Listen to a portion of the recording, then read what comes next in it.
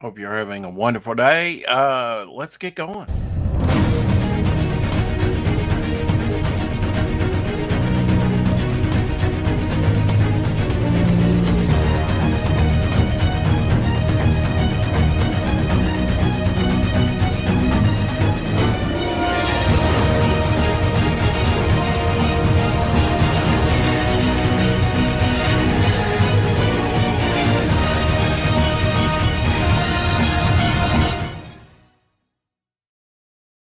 So hey, got my octagon shirt on. I'm ready to go. Where's Ryan? He knows. Hey, doing a little head jerk around like Rodney Dangerfield. I'll tell you, don't get any respect. Um, you don't know Ryan James' uh, work. He's really good, really good. He's trying to whip out that wraparound cover. Get that thing up and going before Friday the 13th. That's psycho. Anyway, slasher movie. They're all the same, right? So I need to get busy working on my wraparound cover. Here's the front. There's the back over there. Um, yeah, a lot to do on this. Um, got some hard decisions I've been avoiding with this. We'll see how much further I can get with this. Uh, might spend a little uh time on finishing the Killer Clown a little bit, getting it like I want it so that we can get it colored by Carol's Colors and be a trading card on the campaign, on the Devil Flower prequel campaign. Uh, Back cover here with the villains who's going to square off. It'll be interesting to see if this lines up. I think it's misaligned a little bit. I don't know. It's just how but it's coming along. Work on one little area and you're happy with it, then I feel like I've done quite a bit. If I can get things a little bit further along, uh, and be happy with the work.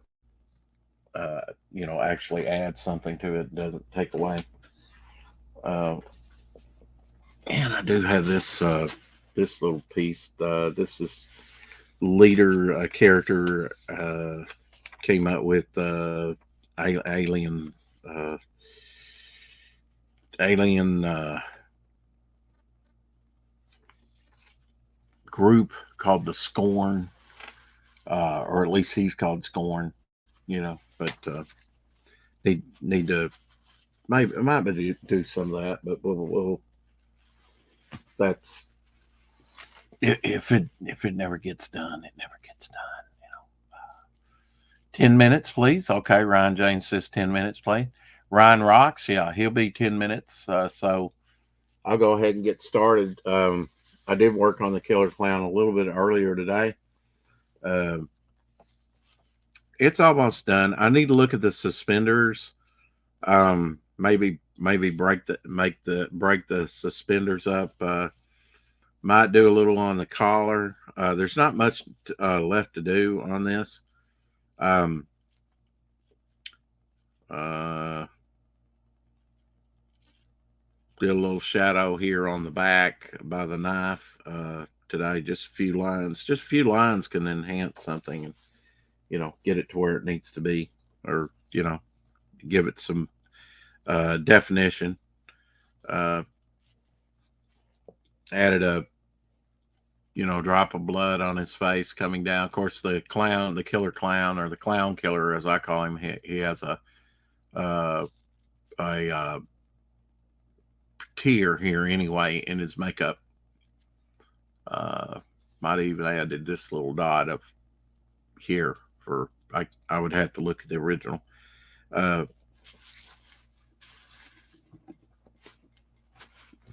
because I had all this stuff scanned when it came in, and then didn't touch this for a long time. But it's like, yeah, I need to make this into a trading card. Have Doc Blaylock's original pages over here.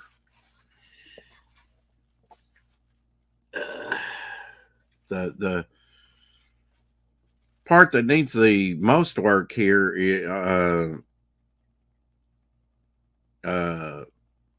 for the wraparound cover is the front of the cover. Back of the cover's almost complete. There's a little bit to be done on side Marco's Tommy gun.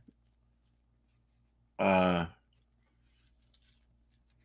little bit on Kill Dragon's claw there, his hand.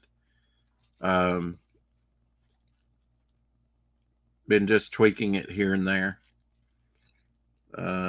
Killer Clown's looking good. I'm looking at references like the suspenders here for the Killer Clown, which that has some heavy pencil on the suspenders. I guess I can erase that, and we'll see what it looks like after I erase it.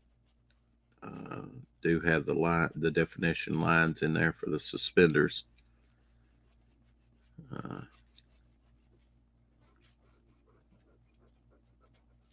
Let's get that gray pencil off of there. Kind of lightened it up a little bit, because there are horizontal lines that go across the suspenders.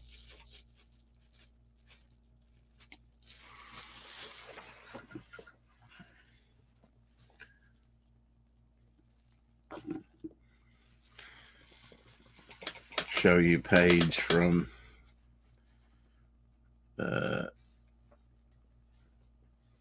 it's buried under a few things here. Show you a few pages from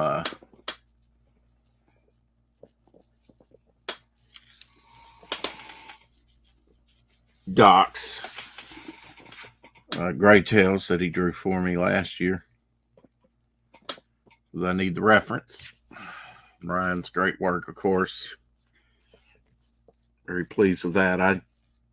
This has not been scanned, so I need to put this in my pile to take to the printer to get scanned tomorrow. Definitely need to leave that out. That's Ryan's big box he sent it in. Not the top box here I'm laying this on, but this here. Need to get rid of that thing. Sadly, I'm not seeing the I'm sure it's around here somewhere, but the first page to this with the Gray Tails logo on there. Great stuff, though. Great stuff. Can't wait to get this out. Let's see. What was I going to show? Oh, the clown with the suspenders. Okay. So he just kind of blacked out the suspenders on this page. I don't know if there was actually some ribbing or whatever on the suspenders in this story. I call him the clown killer because he killed the clown and assumed that's his backstory, that he assumed the persona of the clown. Yeah, he just has like black suspenders on in this. And I just noticed it might be Dr. Pepper. It might be here on one of the pages on the border. It might be Doc's Coffee. So he's just got black suspenders in this. I had him, and I don't have my original design here. That was done in color. I'm sure it's here. It's probably just buried under something. All right, Timothy, what are you saying? Timothy Olsen in the house. What are you getting? Where did you get that sweet t-shirt? Ryan sent it to me with my books and my other stuff. Did I get a haircut? Yeah. week and a half ago, I don't know, week and a half ago. But was he down with the clown? I don't know. Just stopping by to say hi and leave you a like. Yeah, you need to go to bed, Lorenzo. Come on. Don't even have time to view some lizard representation. If you do, I'll find you some.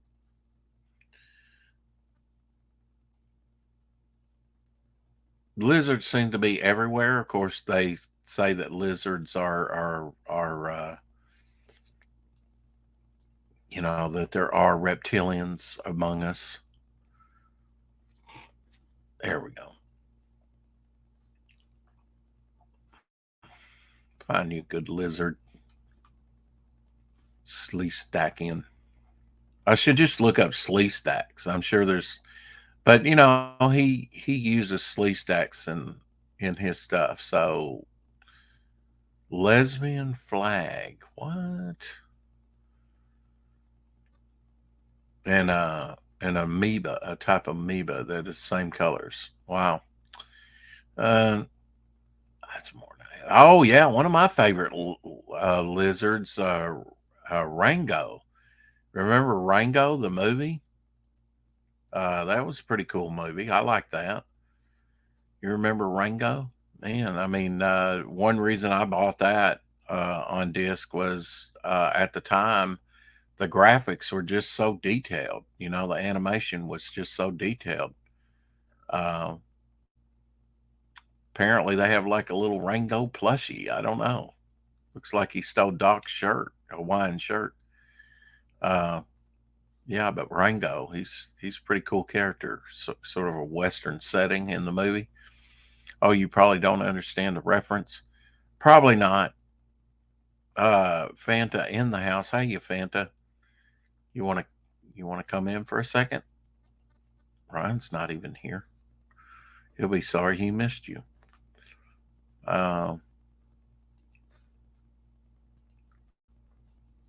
Has anybody seen Rango besides me? Rango's pretty cool. I remember they had a character in there that was the part I remember about it was kind of Western, deserts. I need to watch it, get my copy and rewatch it.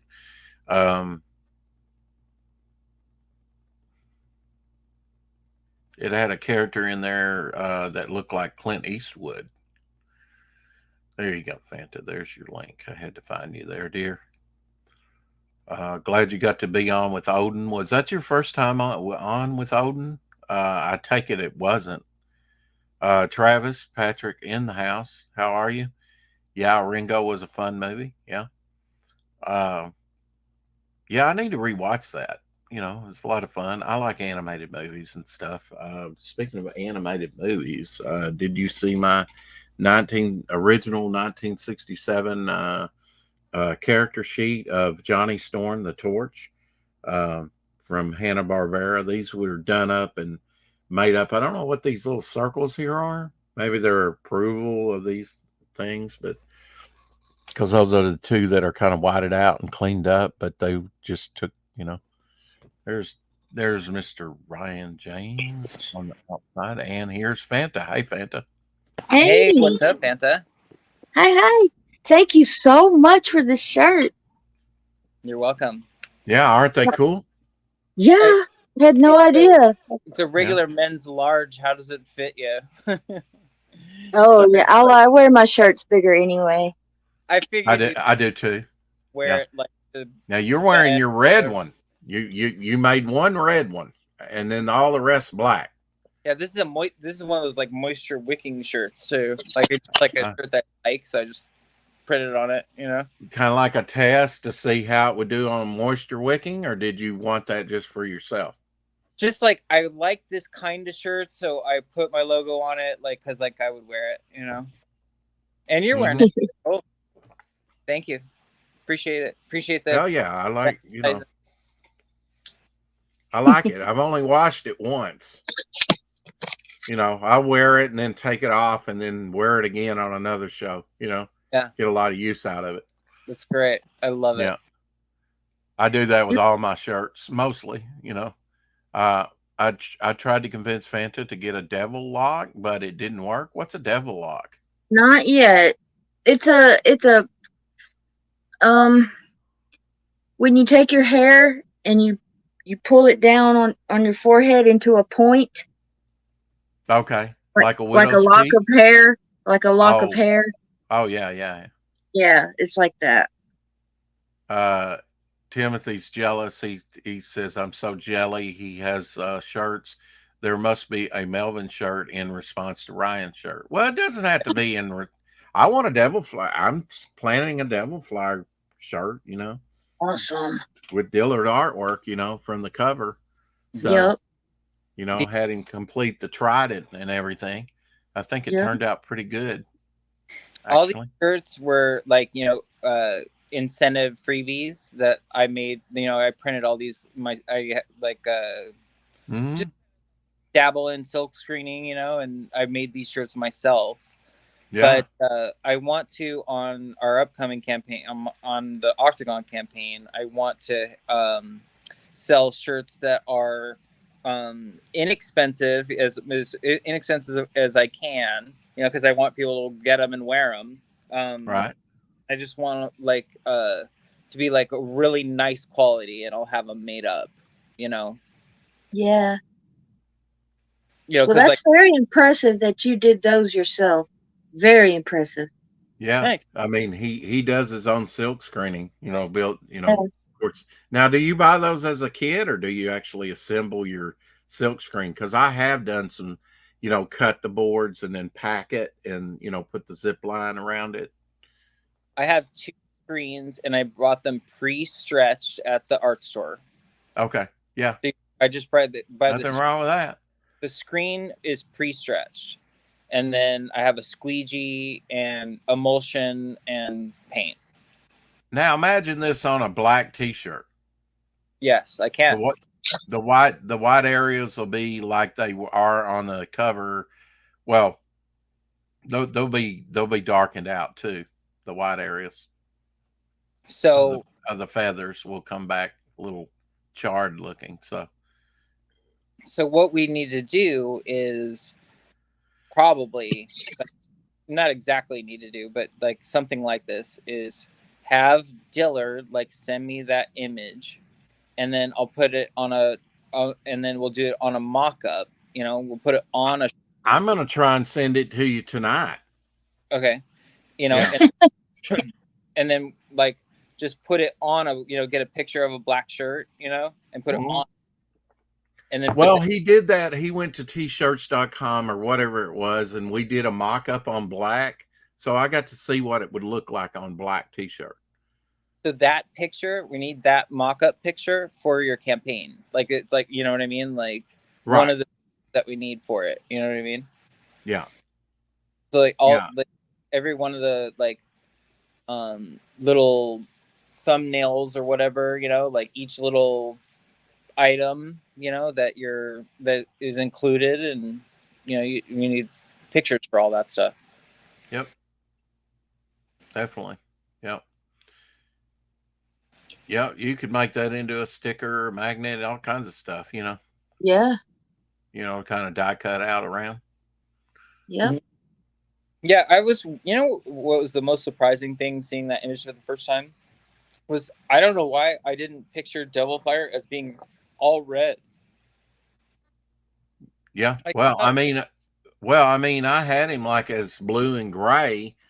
There was different costume things, colors that I went through, and I and John, who drew the first issue, just kind of went through and picked one. In fact, his cover that's going to be offered on the campaign, his watercolor cover that he did last year for the campaign, will, is in blue and gray, but that's okay. That's the original sort of thing that we sort of with the spawn energy green wings. So he's kind of blue, gray, and green with green wings and green power around the trident and stuff. His vintage costume. But when I had Dillard going to do the cover to the what is now going to be the prequel cover, We kind of revisited, like I said, I've revisited and rethought a lot of things, and I just thought that this was more appropriate. We just kind of came up with this together. Um, Sort of a deep red burgundy and a more, burgundy. And Dillard's very precise. He's like, okay, what material is it made of? Is it metal? Is it cloth? Is it a helmet? Is it a mask? What, I mean, he asks you very specific questions, Yeah. because he's not dealt with these characters, and are you gonna put the word Devil Flyer on it anywhere? Devil Flyer is going to be on the sleeve right here. And I can show you what that will look like. So I have it right here. Let's see. Logo.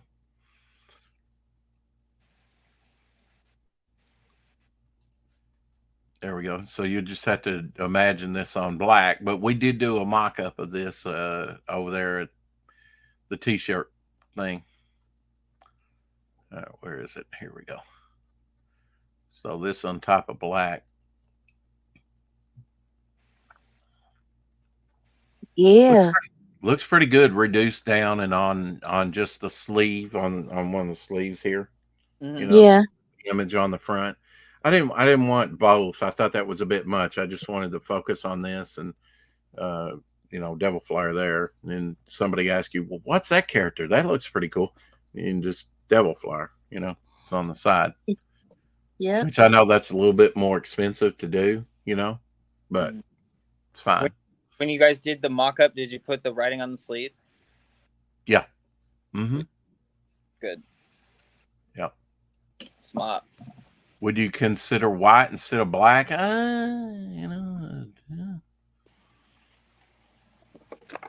and green. So is Christmas colors. Yeah. No, he's not. No. No, I give him the,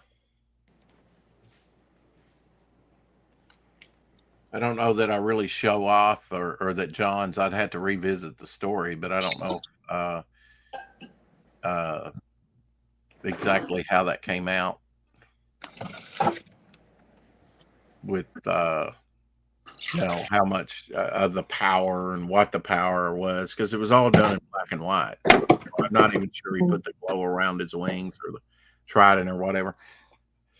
I guess I could read, the quickest thing I have to do for reference for John's work is the trailer.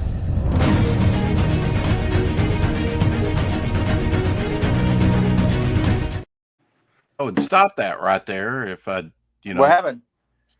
Well, I was reminded Fanta was the one that gave me the idea to do on a beanie or something like that, to have the little, let me just bring this up. That way I can stop it right on it. The trident and the logo, which is the way John designed it, the staggered logo and not straight across, because Dillard worked on that. There we go. Bring up the campaign here. Hadn't brought the campaign up in a while. Here's the campaign.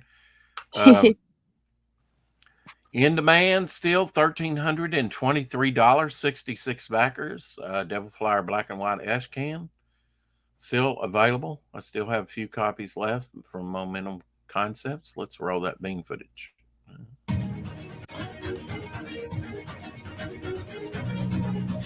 All right, so that's what we're talking about right there.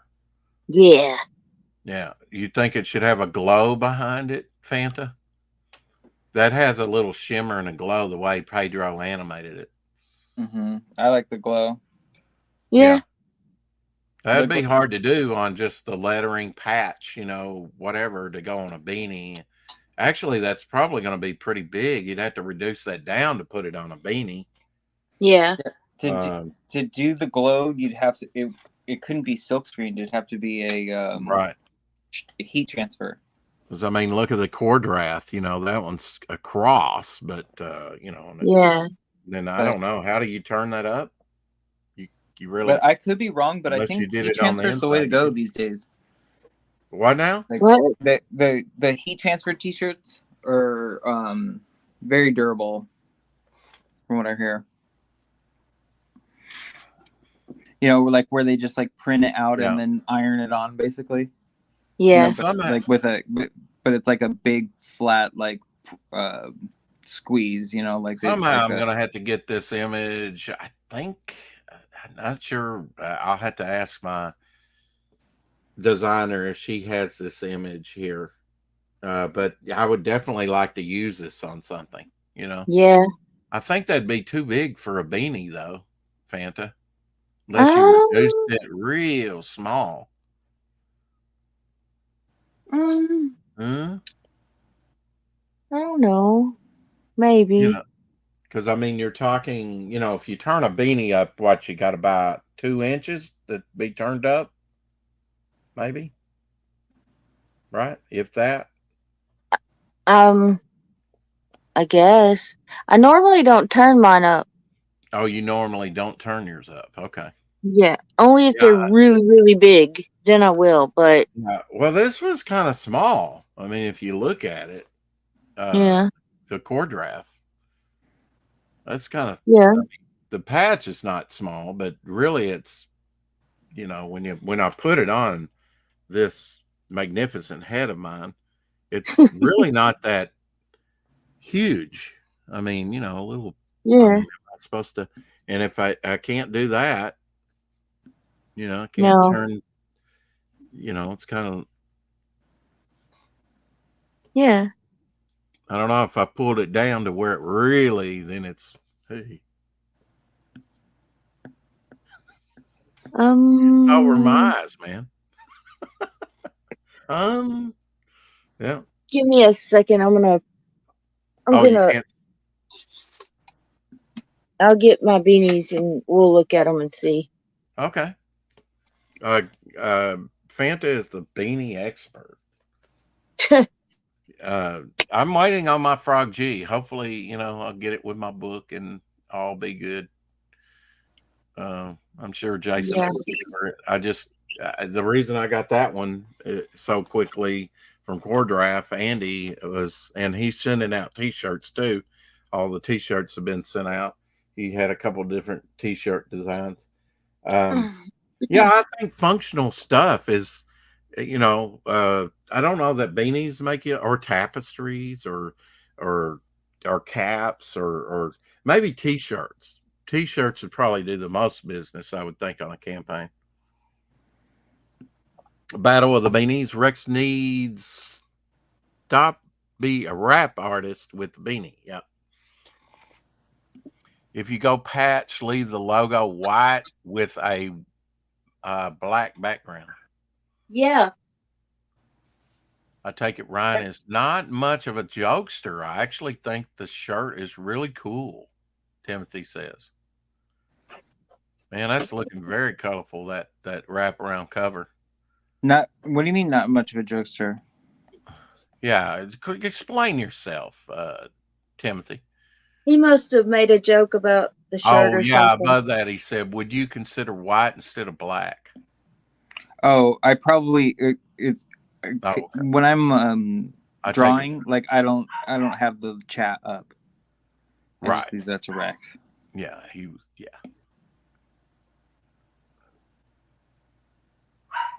Okay, I see you there, Fanta. I just like you waving at me.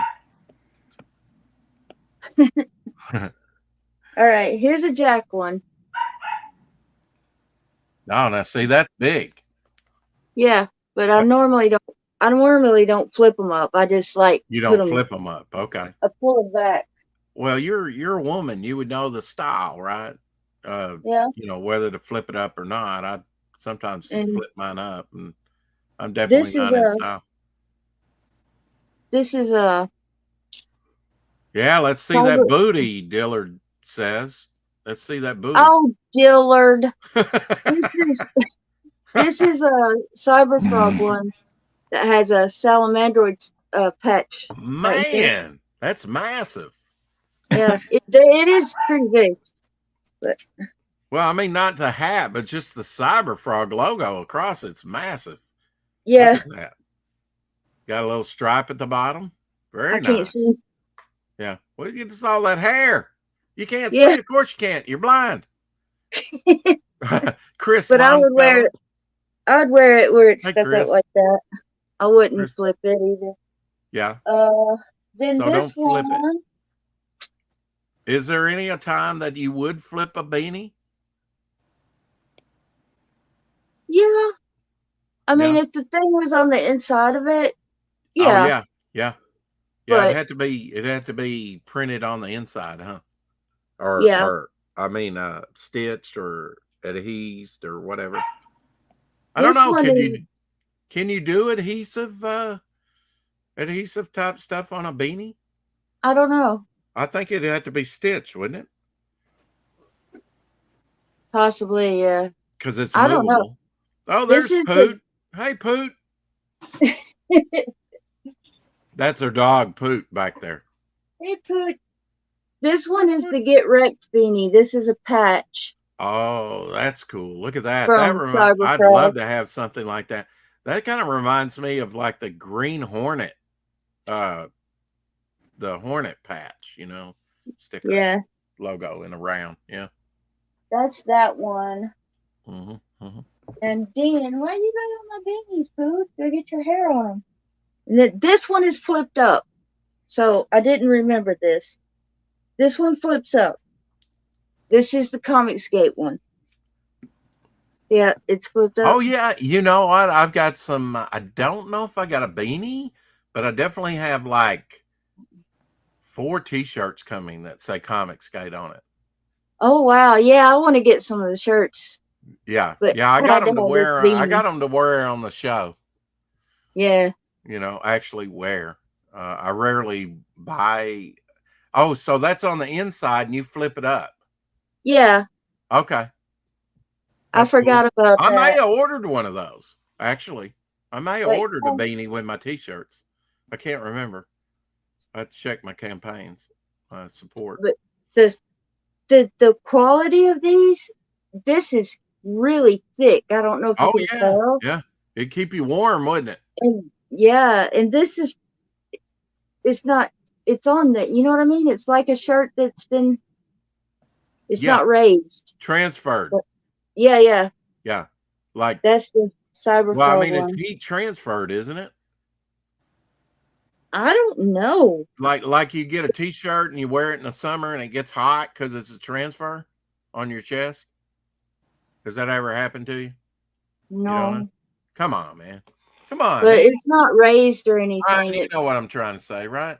Yeah, I do know what you're talking about, and I have some of those sheets here. Like I can literally just like print them out on my regular home printer. You know what Do I you mean? use And an iron them iron on a and an shirt. ironing board to apply them? Yeah, but like Okay. like the heat transfers like that I'm talking about. Like you have to get a special printer that that will take that kind of ink, you know what I mean? And like when they iron it on, like they just like like have like just this big press, that irons it on, and it's Mhm. not it's like it was silk screened. Well, I know this is very close to what you put on the Octagon T-shirts. Okay, your shirt is old school. That shirt is old school silk screened. Right. Yeah, but it feels similar to the heat transfer stuff. Not exactly. So like, all right. So like, so basically, what I'm saying is like the heat transfer, like sheets that you can order now. Like, let's say, Right. you can order you can get one of those presses and just like order the sheets. Oh, send yeah, them they your got little picture or whatever. presses. That way you don't have to get an ironing board. It's not like the sheets that I have here, like the ones from like Joann's or something like that. They're like super thin, nice. Like when you when you wash it, it doesn't like your shirt doesn't like crack or whatever. Like, you know what I mean? Right. Yeah, after a while and some washings, they will crack. I mean, that's just the way that it is. But like not with these heat transfers, they won't crack. Yeah. Like they're eventually tech, this octagon will crack. That will, yeah. But that, Yeah. but see, that's because that's real paint. You know what I mean? Yeah, real ink. Yeah, It's ink, that's isn't what it? I meant. It's real white ink. You know, speedball ink. Right, real But thick. those new heat transfers, dude, they're kind of expensive. You know what I mean? But Like they're like durable. maybe like $5 a sheet or something like that. You know what I mean? But like they last and they feel good. Yeah. Yeah, I mean, if you're gonna buy, I bought, from Andy in the past, and he didn't get enough orders, maybe because they were like, with shipping, maybe a $40 t-shirt. But I mean, if it's quality, and you're going to get a lot of wear out of it, it's it's an investment. I mean, how many times do you have to wear a shirt for it really to pay off? I mean, you got to look at that. Like early on, back in I guess in the 80s, when Z Cavaricci was, I'd never paid like $40 at all. And I remember Z Cavaricci's. That's funny. Yeah, I mean, I'd put $40 and bought a couple shirts, but they lasted me a couple years, and that was wearing them all the time because they were real comfortable. Funny. But I mean, I definitely got my money's value out of the shirt. You know what ended up happening to those here was like like they were really, really hot when I was like in like junior high. And by the end of like junior high, like beginning of high school, you could find Z Cavaricci's like at what we call like TJ Maxx or Marshalls. I don't know if you have either one of those. Yeah, you used to be at like Sears or no, it's probably at JC Penney's. But know, like those like discount stores, like where they're kind of hit or miss. You can find some, whatever. Like that's where you like started like seeing like the Z Cavaricci's ever. You know what I mean? Well, I just thought, man, I mean, they were better constructed. They remember very, like very Miller's Outpost? Remember Miller's Outpost at all? I don't think we had a Miller's ever. I think I do. Yeah. Their like main thing was Levi's. Like so they'd have like they'd have like a wall of Levi's like all over the ceiling. Like full just denim. Like inexpensive. Then like even back then, like they were like very, very affordable jeans. You know what I mean? That were like really, really tough. Like you could wear them for 20, 30 years. Yeah. And you just don't see anything like that anymore. You know what I mean? Like really tough clothes. Like that's like an outlet of it. You know what I mean? One thing you hopefully you can get this done and get the campaign up this week in time and get it approved over on Fund My Comic to get to launch on Friday the 13th. This Friday, we'll be doing a launch here if we get everything. If Ryan gets everything done, which he will. But now one things that excites me, I don't know if Fanta got Octagon, but I did, and you did. Sent her. Huh? She just got a copy. She like Oh, you did? Fanta, do you have your drawing that he sent you? She didn't get a drawing. Oh, I didn't get a drawing. Oh, okay. I got a shirt, a magnet, that was for the all-in tier, wasn't it? I think. Yeah. Sorry about that. He sent me a shirt, a magnet, and a book. Okay. So these are because she's like my best promoter. These are going to be in your book, aren't they? You're going to reproduce all the head sketches, full drawings that you did for people. That sketch, will be reduced, and like it'll be probably like quite a few like per page, you know what I mean? But I did 18 sketches for the campaign. Ooh. And I'm going to include all of them in the black and white. So the black and white will be pretty long. It's going to be like 60 pages. It's going to have like all of the covers, like the cover A, cover B, the back cover, all of them, like, black and white versions, that Yeah. never were seen black and white versions. Hear me out. A and Fanta T-shirt done in the style of a MK character. Mortal Kombat. Yeah. Mhm. Oh, okay, yeah. So it'd be like fight. I guess. Yeah. Mhm. Blind Fury. Blind Fury. There you go. Kill 'em Bill 3. Yeah. Yeah. Stand You look there and good. let me kill you. With that dark hair, you'd look good in a yellow jumpsuit. Just saying. I don't know. If things go well, like, I have somebody in mind, like, I won't, like, mention their name now, but, like, I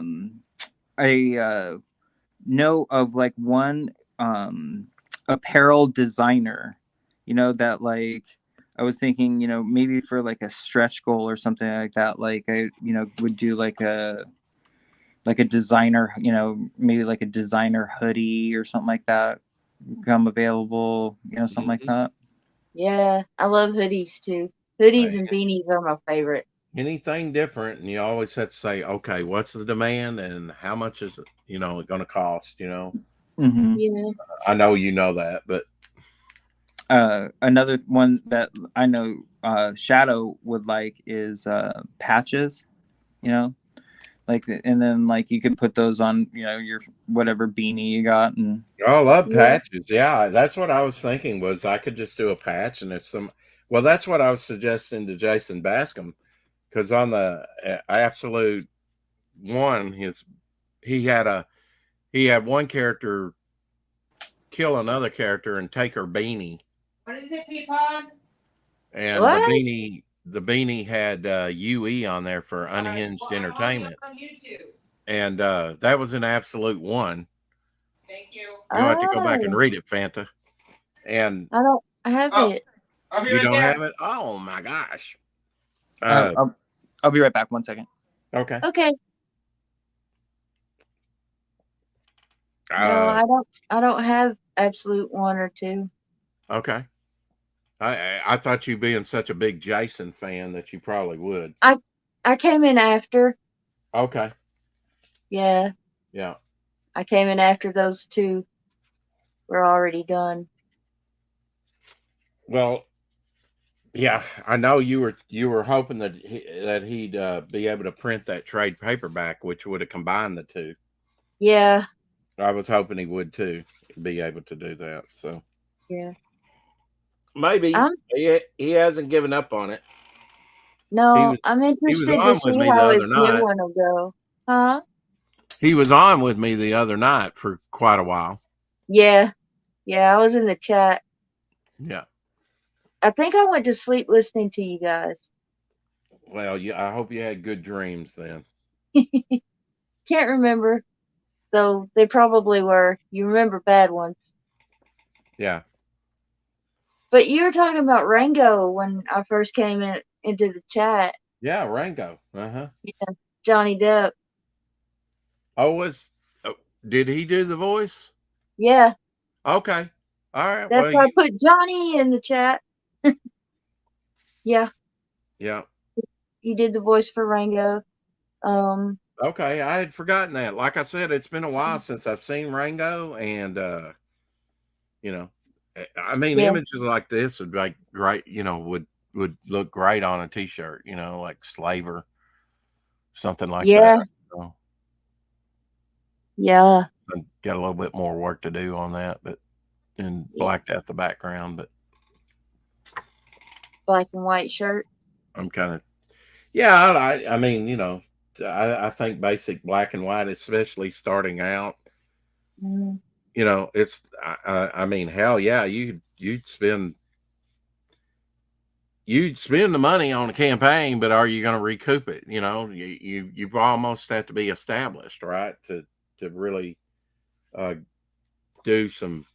I mean, like lunch boxes, things like that. I don't know. I'd love to do a lunch box, though. I'll definitely make a lunch box, something, a Devil Flyer lunch box or something like that, Yeah. Or of course, you know, maybe with the campaign of of the um, the character book, so that I can put all kinds of characters on there, you know, embossed on the, or at least printed on the lunchbox. Yeah. Because I want to see my characters on things, Yeah. definitely. You know, And you had asked if being on with Odin the other day was the first time I've been on with Odin. No, I'm with Odin in the man cave. okay, all right. I just don't catch the man cave that much, Yeah. so I didn't know. I took it wasn't, because it's like uh, I know when you came on with Mike Barron, it sounded like I've never been on with Mike Barron, and I thought, you know, you probably would have Yeah. said something if you'd never been on with Odin. I'd love to be on. Yeah. Yeah, I clipped Sorry about that that. and put it on my channel. I've got to meet Mr. Mike Barron.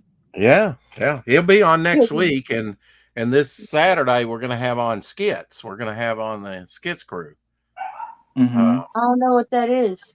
Oh man, I've been trying to get skits on for months. I mean, for a year. I don't know. It's been a while because they keep pretty busy. They're over in Chattanooga, Tennessee, as far as I know. They're still in Chattanooga. Oh, Um, they were going to try and be on earlier this year while they were on visiting family in Florida, but it just didn't work out. So, but finally going to get skits on Saturday. Mike will be talking about his new project and other things come next week sometime. So those are definitely gonna happen, and we'll line up some more people. I like lining people up for the weekend, or like on Friday going into the weekend. yeah. But you know, I'll take what I can get. I try and be very accommodating with uh, people. You know, if I have the time in the day, uh, Yeah. it doesn't matter. You know, I mean, You've done that a lot. you got to do a daily show. You know, so well, it's my way of promoting, giving back. You know, Yeah. and just doing the show. Yeah. You know, got There for a while, you would do maybe 3 shows sometimes because you were doing the morning, and then if somebody had a certain time of day and it was like earlier than right. 4 o'clock, you'd do that and then go into your 4 o'clock sometimes. Yeah, So well, yeah, I did that Saturday, I believe. I think I did 3 shows Saturday, but yeah, it just depends on the day and what's lined up and who's available, and yeah, yeah, we got to have Timothy Olsen back on here pretty soon because his campaign's winding down on Fund My Comic. Uh, yeah. in fact, let's take a look and see just how much time Melvin, and he could probably tell us. He'll probably tell me before I can make it over there. How many times, you know, he's not one not to promote. That's good. He's out Yeah, there promoting Melvin 3 every day. yeah, yeah.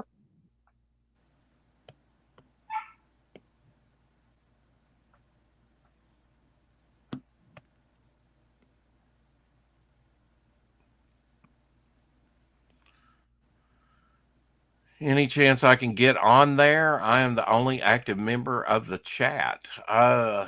Okay. Gets lonely down there with nobody chatting. Yeah. More the merrier. Ryan's probably not going to be chiming in a lot because he's going to be working, and I'll get working on something here in a minute. I just want to kind of look through some of this artwork.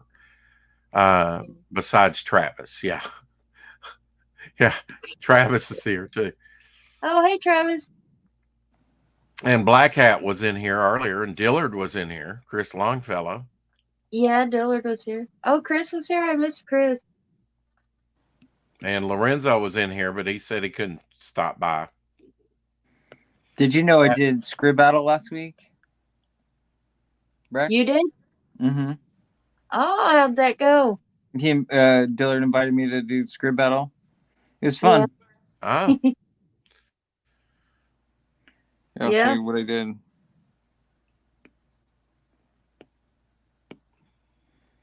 So our theme was Oh, robots. wow. So Look at that.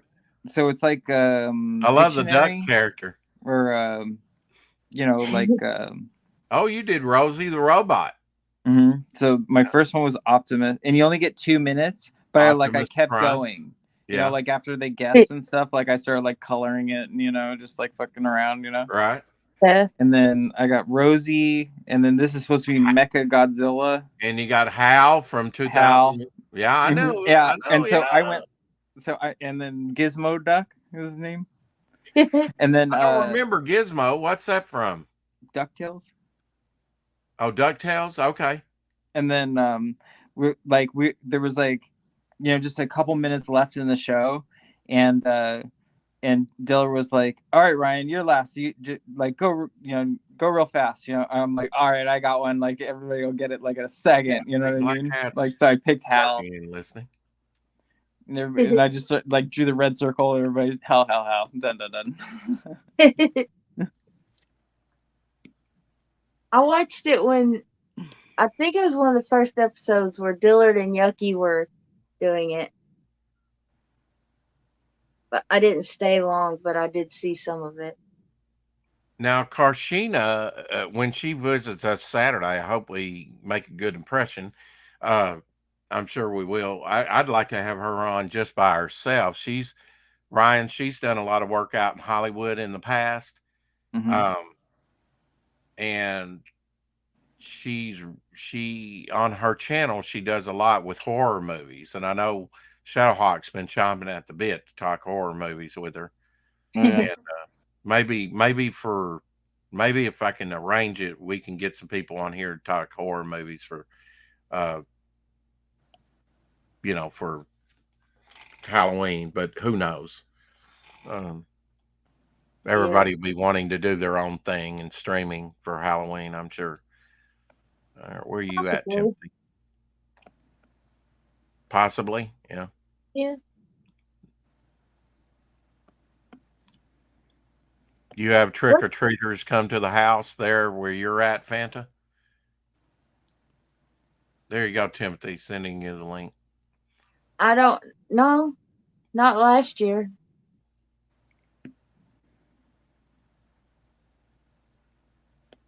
I was talking with Hen and them about the trick-or-treat, traditions. And I said, around here, if the porch light's on, it's okay to go up to the door, but if it's off, you skip that house. Yeah. Oh, yeah. Yeah. That's pretty much everywhere, I think. Well, they said they look for like people to have a jack-o'-lantern on the Hey, Mighty Geek. On the step or something, lit up or some sort of decoration to let kids know that it's okay to go there. I don't know. It was weird. It was different. Mighty Geek Studio says you have to define horror movies first. I think so. The different genre.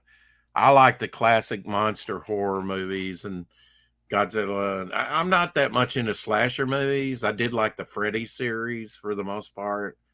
And went and saw those. And that was Johnny Depp's first movie, wasn't it? Yep. Yep. I worked on Annabelle 2 for a couple of weeks. Oh, yeah? You worked on what? What was the movie? It was called Annabelle 2. Okay. It was a horror movie at Warner Brothers. Welcome to the show, Timothy Olsen. Whoop. Hail, Timothy. There we go. How's it going, Ryan? Hey, Timothy. It's going good, dude. What's happening? Now, see, he didn't even address me, so I'm going to kick him to the green room. He didn't even say hi to the host. He just immediately, "Hey, Ryan," and just skirted you and me, Fanta. What the hell? Hi, Rex. How you doing, buddy? That's too late now. I'm Timothy, have we actually been on the stream together, like us both talking at the same time? Maybe. I don't remember. Well, anyways, it's good to talk to you, Ryan, with these flatting and the black and white combo there, because it's not done yet. I get a very pop art, kind of feel to it. Yeah, it's fun, huh? Yeah, I guess you could save it. Look at it without the. I guess you could save it in different stages, couldn't you? Just without the line. you could save this in different stages, right? Oh yeah. That's the cool thing about it. Yeah. Hell yeah. Mhm. Transfer something like that over to a canvas or something. That's Mhm. cool. Yeah. So this is a wraparound cover. Mm-hmm. So not only will there will be a flat color underneath, but then also like this Right. shade layer Right. will have a gradient map applied to it. So eventually like this will all be grayed, and I'm gonna I'll do that with every character, and then apply gradient maps to all of them. Like to get those colors just in the shading, and then with the flats underneath it really makes it pop.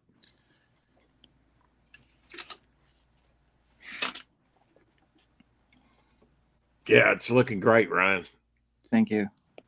Yes. Now that creature in the darkness there, it kind of reminds me of something. In the dark. You know, it has Does it kind of remind you of the Violator? By any is chance? that where you get the inspiration for that?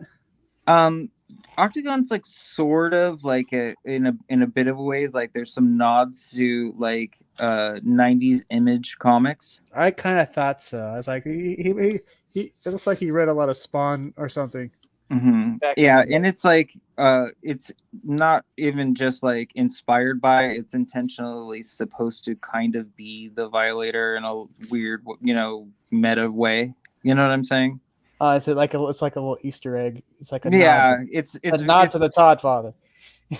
Yes, totally. It's a nod to the Todd. It's a total nod to the Todd. Nod to the Todd. Yeah. And stylistically, like there's a bunch of that in Octagon. Oh, that's kind of cool. Thank you.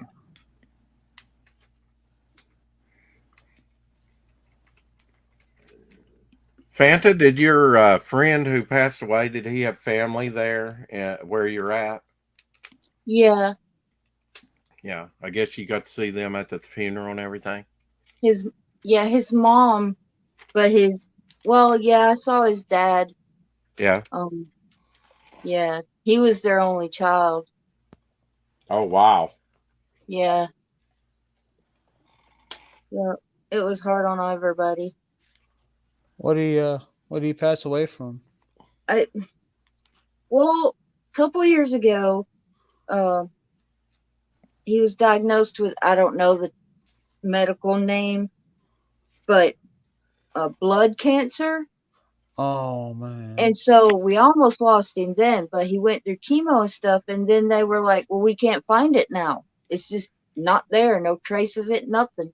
So How we were like, strange. whoa, that's a miracle kind of thing, And then he had started having bouts with his pancreas, and going to the doctors with that issue, those doctors said they didn't think he ever even had cancer. You think it So was misdiagnosed? yeah, so he went through all that chemo and stuff, Oh, putting that crap. stuff through his body, and then he just deteriorated from then. And but what was so weird was he and his wife were talking to his mom on a FaceTime, because he'd been at Birmingham at UAB, our big hospital, and they were like, well, they're going to release him here in a little while. We'll be home later tonight or tomorrow.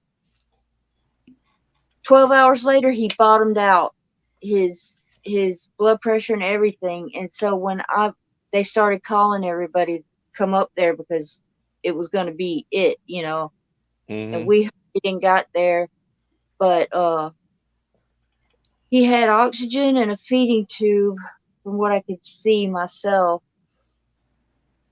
But I got to talk to him. I mean, he couldn't respond. They had him very heavily sedated, Right. but they said he could hear us.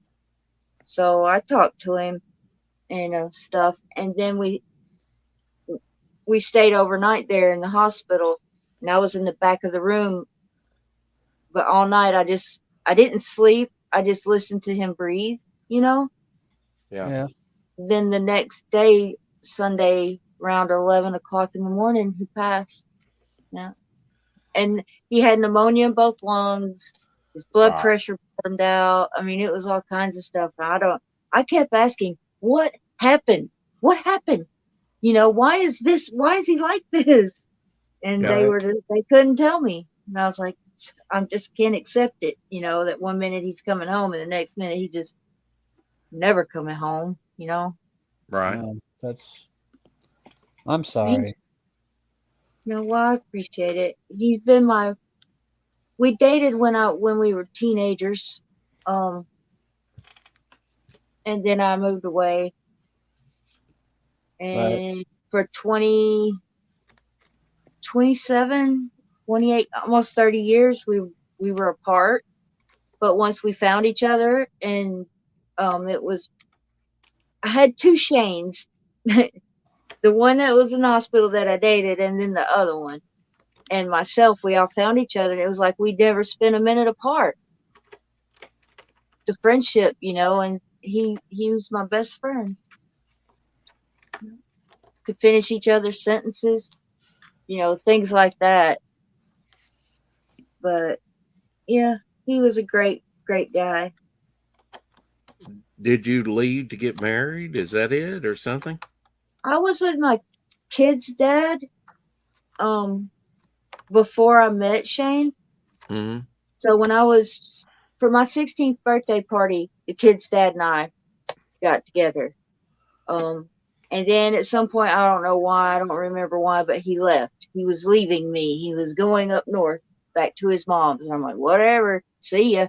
And so I met Shane and we dated for a while. And then the kid's dad came back to get me and I went with him up north. Wow. So you got married early, huh? No, I was 20 or 21. Mm-hmm. I was, 20 or 21. Yeah, because I had Harley when I was 21. I had Hayden when I was 23. So, yeah. Went to Wisconsin for 5 years. So my boys are cheeseheads. Yeah. Wisconsin, it's cold up there this time of year. Yeah, I miss it. They're all cheeseheads, but the Really? team's named after a meatpacking plant. Yeah. I think Try to they're figure the that one out. only they're the only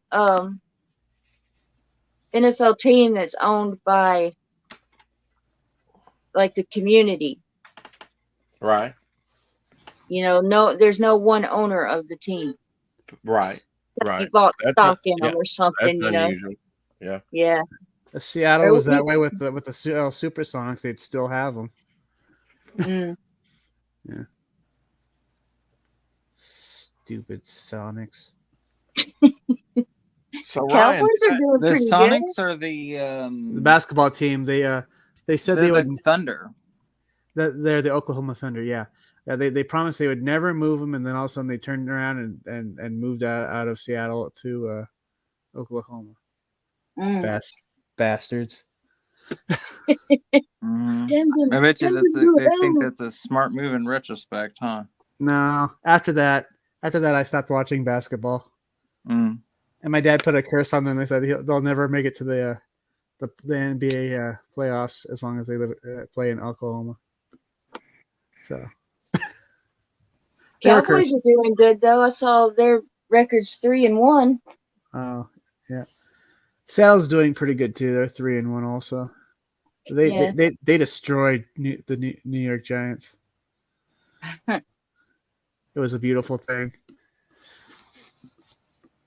They sacked the quarterback 12 times.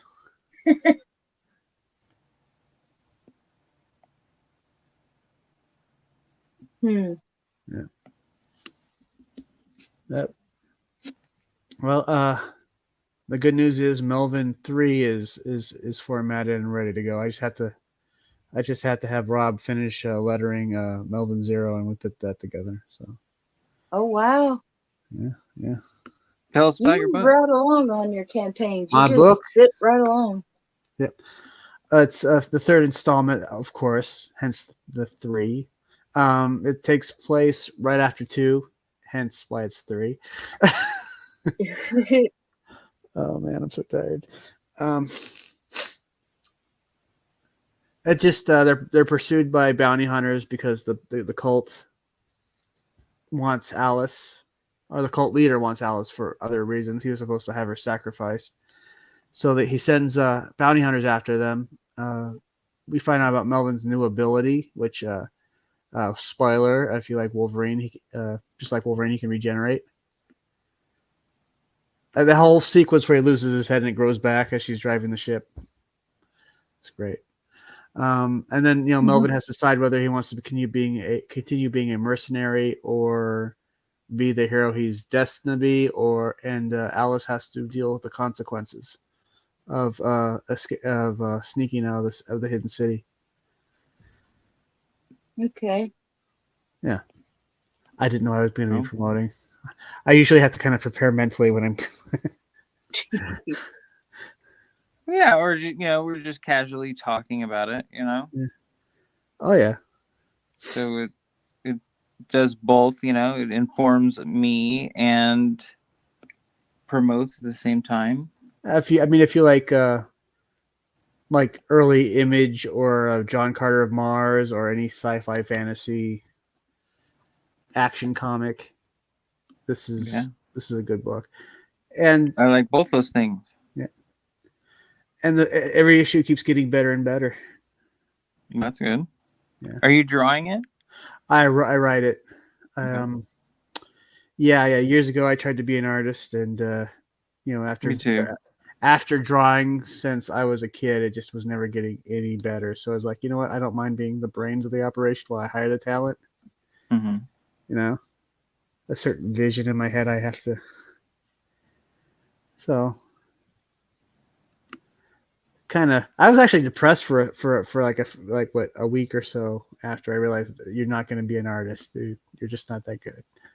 It was kind of depressing. It was like That's sad. Yeah, and then you kind of accept it. You find a way to be creative without drawing. Mm-hmm. It's like for me, it was just hard to find a way to make a lot of money doing it. Even when I even ended up working on some Game Boy games and some. That's how old I am. I worked on Game Boy games. And I remember Game Boy. And casino games for the PC and stuff like that, and that was pretty lucrative. I was doing that while I was still in college, but you did that professionally? Yeah. Oh wow, what games did you work on? The one I worked on the most was a WWF one, a wrestling one. And I was literally one of the pixel pushers on it. So there was a standard generic wrestler, and that did all the moves, and then I used this program called D-Paint to just push in just paint in pixel by pixel to make the generic character look like. And it was this is how old it was. It was Hulk Hogan, Booker T. I remember Booker T was one of them. Jake the Snake, shit like that. You know what I mean? That sounds like late 80s, early 90s. Mm-hmm. But I was doing it in late 90s. Yeah, I was yeah, I'm 44, so I remember the game. I remember Game Gear. Mm-hmm. Yeah. I remember when that was kind of a big deal. Now it just looks stupid. What, Game Gear? Game Gear was terrible. Yeah. It was kind of terrible. Huh. I like the Lynx. Did you remember the Lynx? The Atari Lynx? I remember the Atari Lynx. I didn't know anybody who had one, but I've heard about it. That was actually a really... that was the best one. like of Game Gear, Game Boy, you know, Lynx. Like the Lynx was the one that was like really the best one if it would have stuck around. But like that thing literally, I'm pretty sure that's what literally bankrupted Atari. Was that console?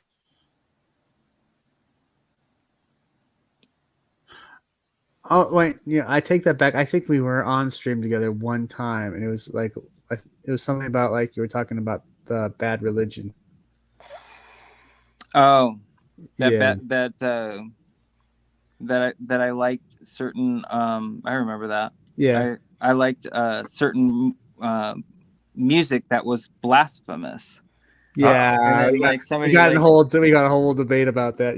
yeah, and then like somebody's like, well, I wouldn't really call it blasphemous. I'm like, dude, like they literally have like flags with upside down crosses with like a red circle with like a line through it. You know what I mean? Yeah, Like they are like straight up blasphemous. Like you don't need to defend them. Like, you know what I mean? Like they're proud of it. You know what I'm saying? yeah. Well, I was never really that much of a fan of Bad Religion anyway.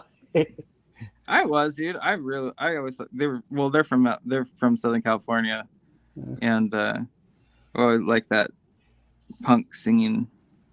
Yeah.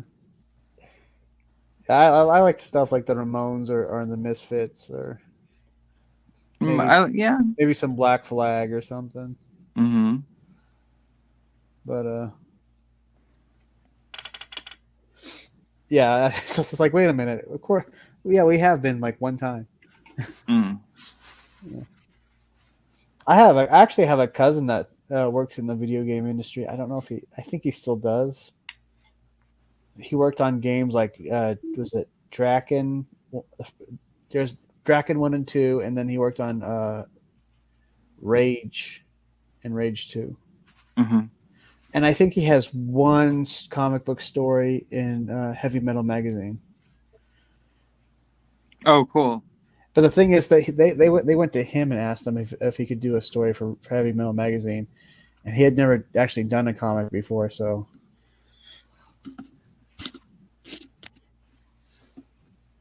he usually does I think he does like character design, and I think he did something with like the texture of the background or something. Mm-hmm.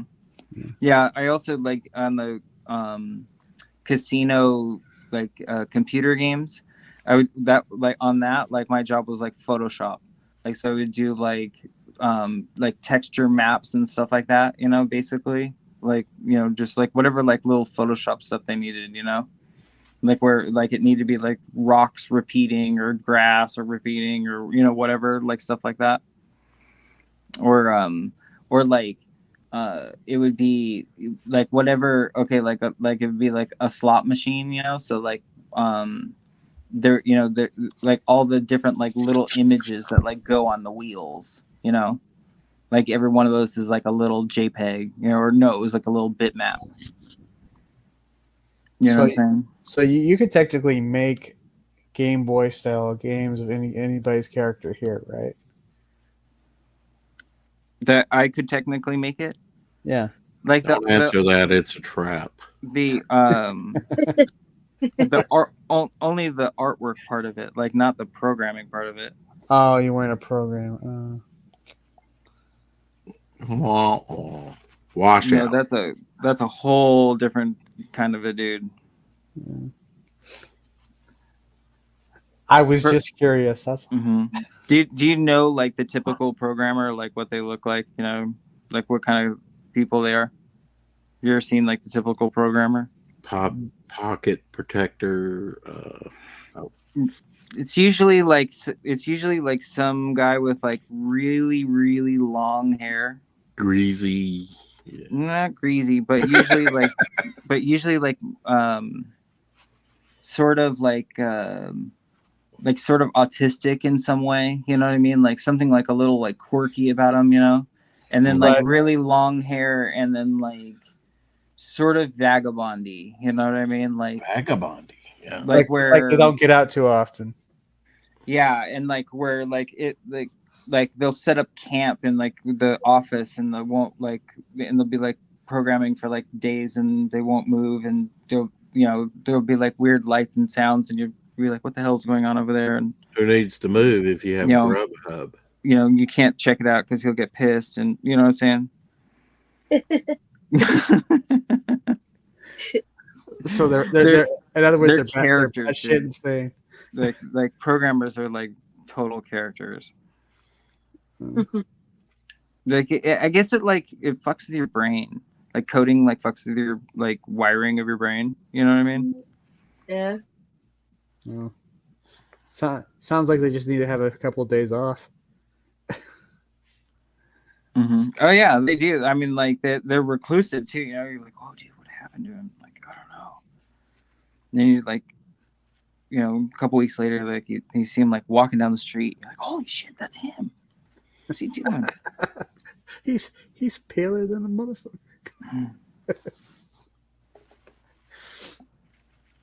Head towards the light. He's blind for 5 minutes. I can't see where I'm going. I'm blind. Just to this dude, you want to see something funny? Hold on. Speaking of blind, yeah, can't tell you might appreciate this. Okay.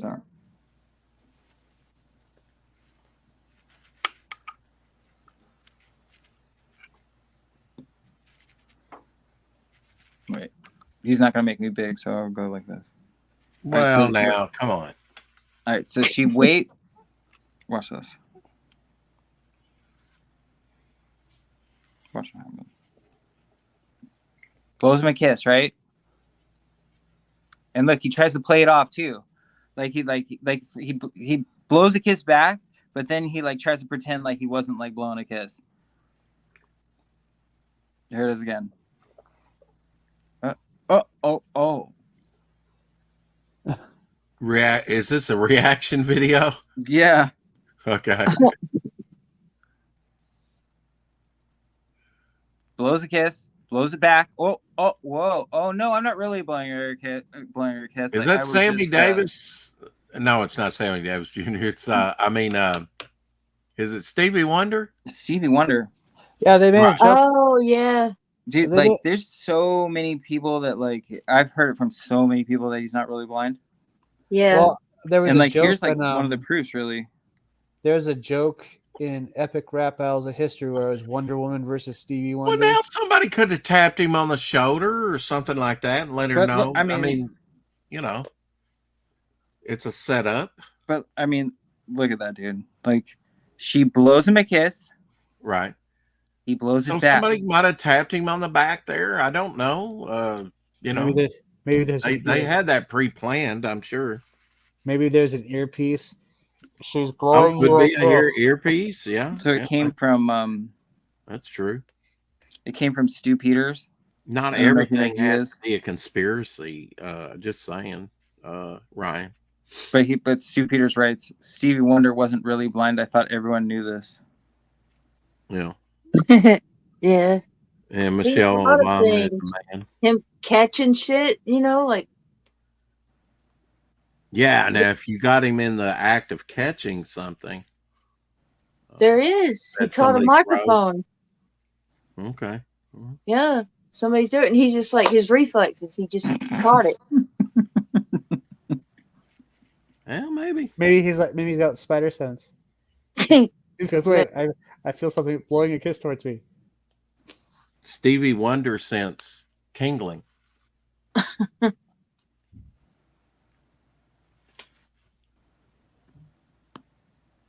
Who knows? There's a video of Stevie. Here you go. Driving. There's also a video of Stevie catching a mic. Yeah. Black Hat says the string knocked over. This one says the video has been altered.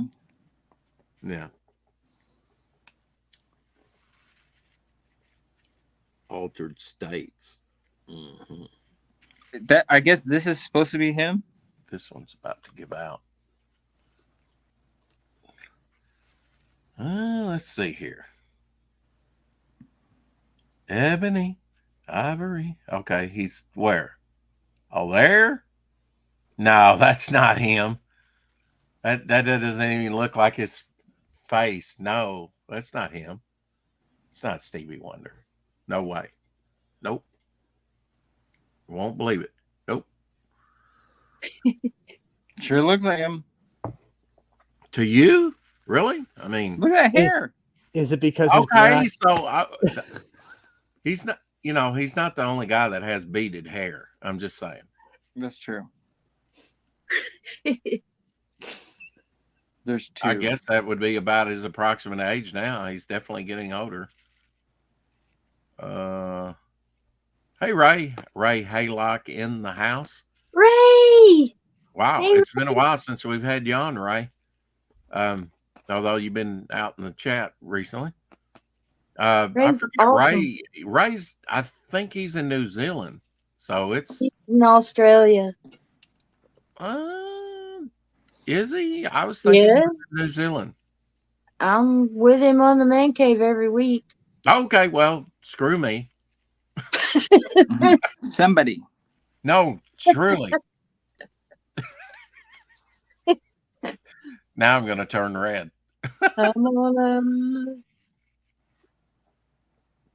Yeah, sorry, man. Just swamped with Tug's plug-in, trying to get it 100% perfect. I understand. He's doing Tug's website, isn't he, Fanta? Yeah. Yeah. Yeah. Yeah, I got to catch the man cave more often. That's just all there is to it. It's a lot of fun over there. Yeah. Well, I know it is. It's just, got things to think about and do. Yeah. Yeah. Got a campaign. Got to get it up and going. Then promote the hell out of it. So. Yeah. I mean, Odin, since he moved, he hasn't been on a lot. Yeah. Because he's moving. not out of work yet when we go live. Yeah, moving something else, isn't it? Yeah.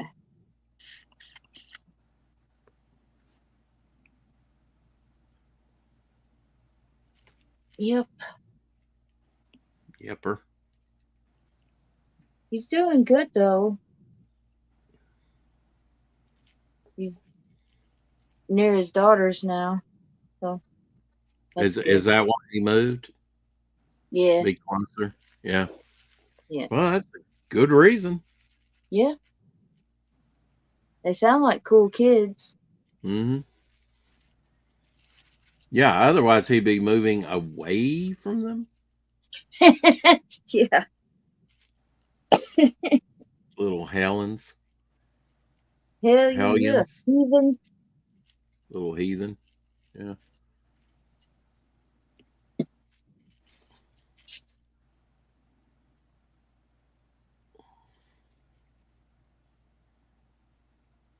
I've been sitting here thinking I don't know what I do with my Frog G beanie. Oh yeah, you didn't show the Frog G beanie, did you? No. It's here in this area. Uh-huh. I don't know what I did with it. So, do you have so you have a Frog G beanie? Mm-hmm. I do. How many beanies you got? A lot. Well, she just showed a bunch of her collection. That's nothing. I got beanies in storage. That's a Do lot. you really? Beanies. Yeah. Wow. I love beanies. I like all sorts of hats, but I love beanies. Mm-hmm. What's the best one? I mean, everybody has like the crown jewel of their Oh collection. wow. Really? Everyone You're has gonna that answer one. that? Yes. What is your most Alright. favorite one you got in How your collection? about not what is the best, but which one do you like the best? How about that? Well, that's what I mean. Okay. Well, a couple right now. I like the Frog G one, of course, and the Comicsgate one. The Comicsgate all one's caps awesome. one or whatever. Is that what it is? Yeah, I didn't get an all caps. I got the Comicsgate. Oh, uh-huh. Yeah, I don't have an all caps one yet. I have 3 cyber frogs and the Comicsgate one from Ethan and Somebody Devin. needs to do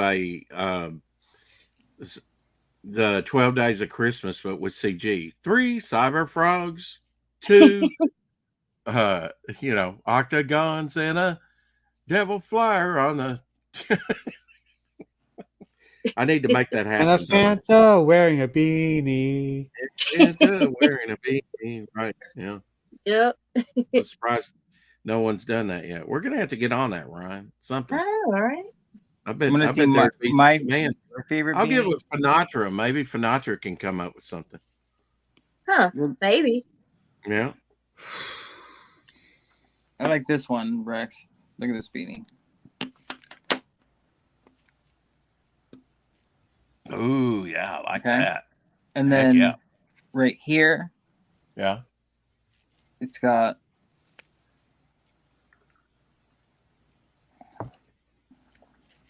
Hashtag McNasty Beanie, Ray says.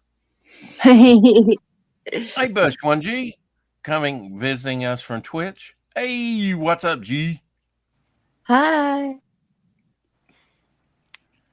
are you doing with it? I'll show you. It's got a secret compartment. It's got a secret compartment in it. Uh-huh.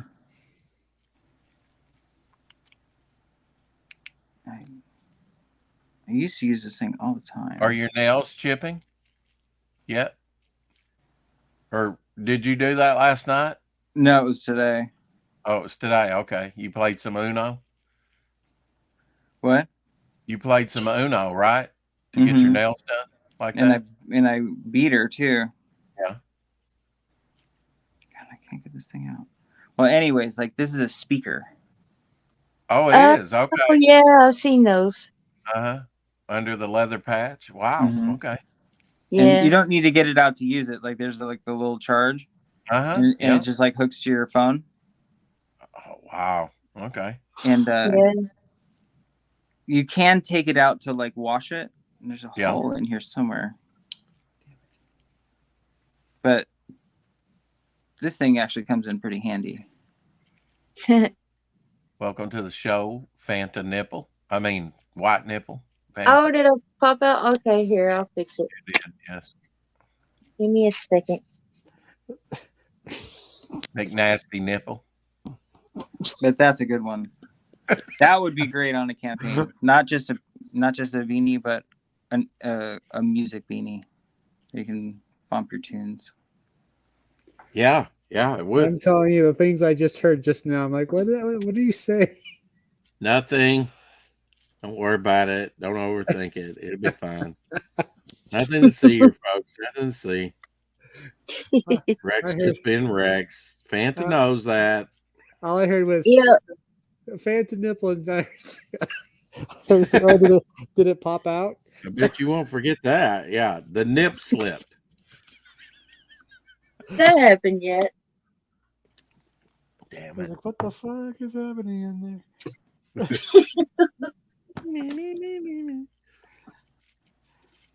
Imagine if you will. Well, let's don't go there.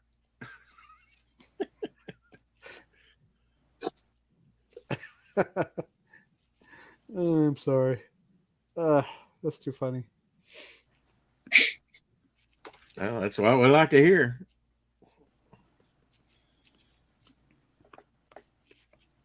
Oh, it's Timothy. I thought you would come on here and tell us exactly when your campaign ends on Fund My Comic. Oh, right. Hold on. Let me take care of that right away. Right away, sir. Just for you, because you're awesome. Thank you. How many issues of Melvin are you going to do? As many as it takes for it now and forever. Like 200 at least. Well, maybe I could try to beat out Todd McFarlane. He wants to go for the record. Do you think you'll ever do a related IP? Oh yeah. There are plans. There are plans upon plans. You're scaring me now. There are 16 days left of the campaign. 16 days. Okay. Yep. Yeah. 16 days left to get Melvin 3, folks, over on Fund My Comic. I was getting into doing some ash cans. Yep. Now you're getting into my territory, bitch.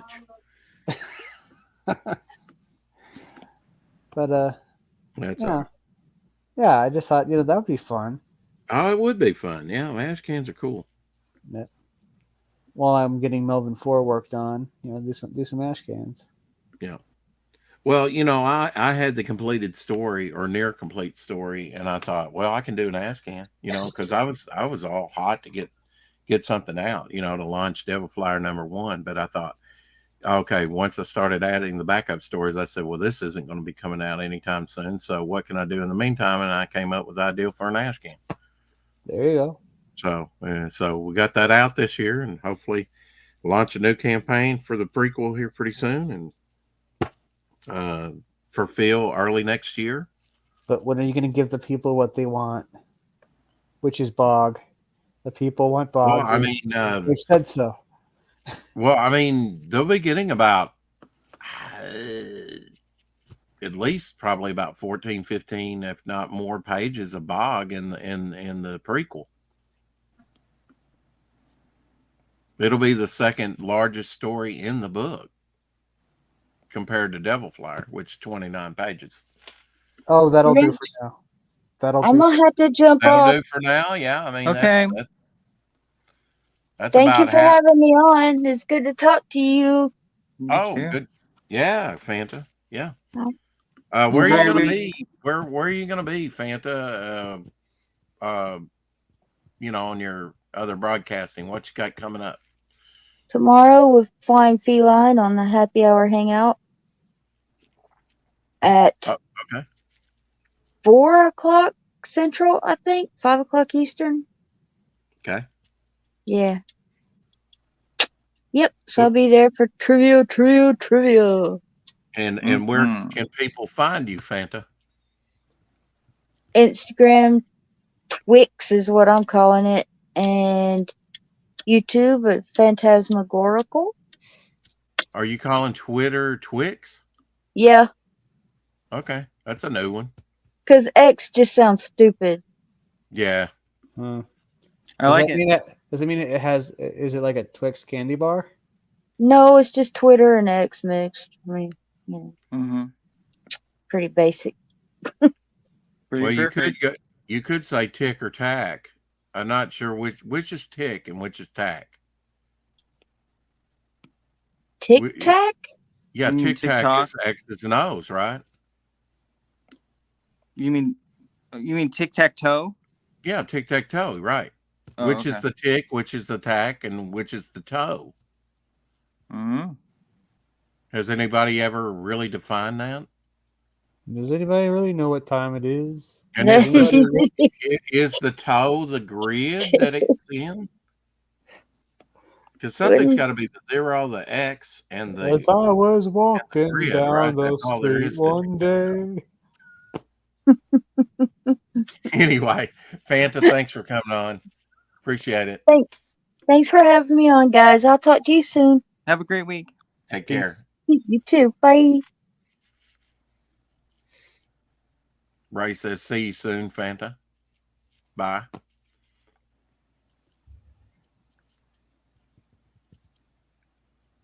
So I'm inking on some sticker or patch. Well, I guess sticker. This could be a patch that was started and not quite finished. So, Devil Flyer helmet there. That'd be cool. Couple others. Those would be some pretty good stickers. Yeah, this was supposed to be a patch design, although I think it's kind of intricate. I mean, it could be done, but I'm not totally satisfied with it. So, come up with something else. I probably had enough time, Ryan, to conquer the world. It's just. Yeah. Hadn't quite got to it yet. It's like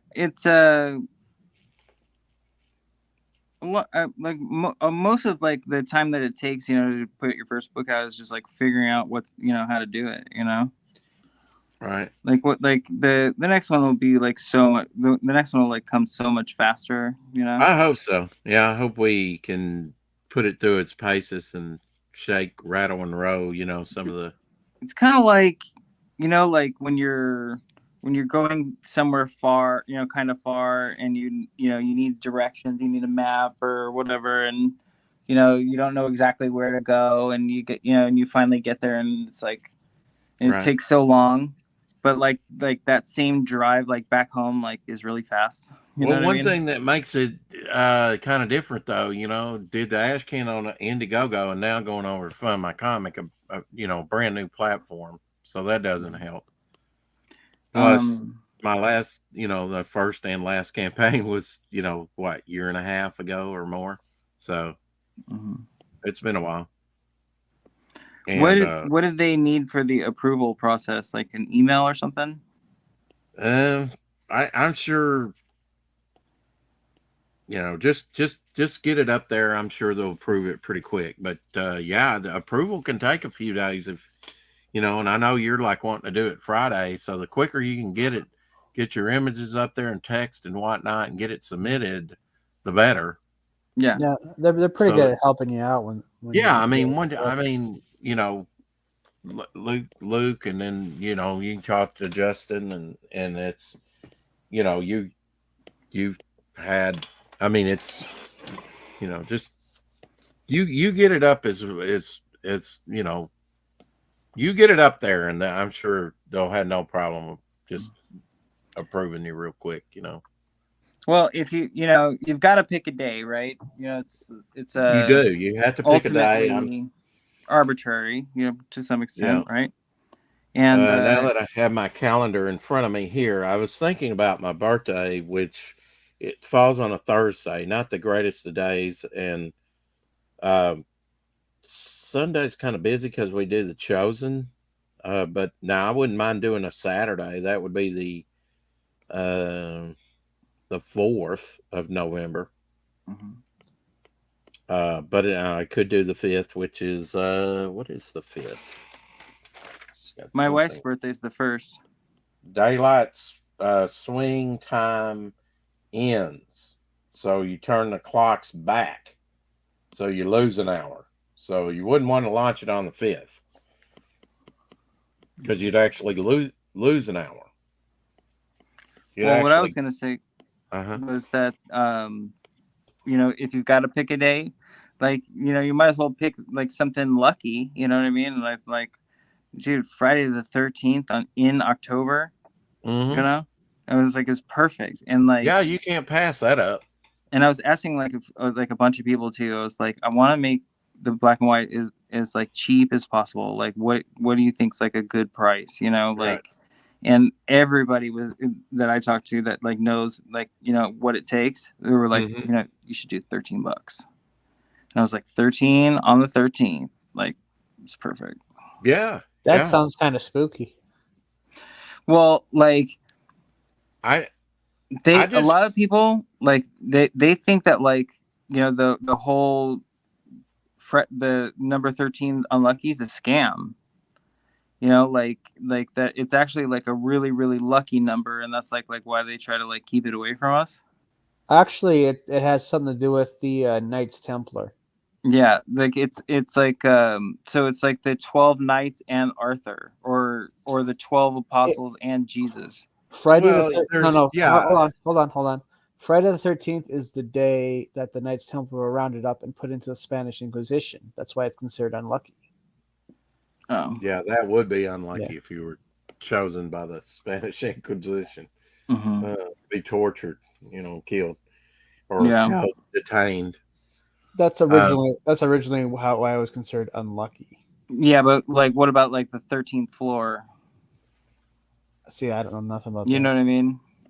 You could go down this rabbit hole for a good long time with the. Anyways, like I've just like and then also like the guy like does my music, my friend Sky. like he's all into like the number 13 too. You know, like thinks it's a good number. I just think it's cool. I like 13. Yeah. Yeah, I think that's good. And then you know when you have the price point to it. Maybe Mhm. you could do a special limited edition Halloween cover for the third if you do it on the 13th.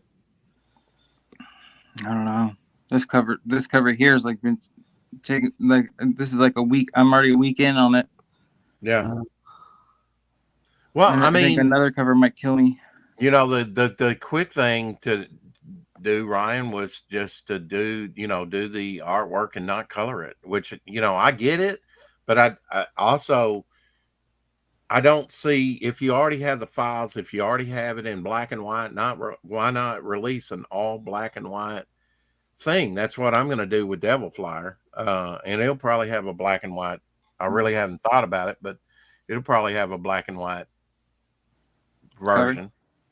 I just don't like that idea. Like, I mean, it's cool for Okay. you if that's what you want to do, but like, I can't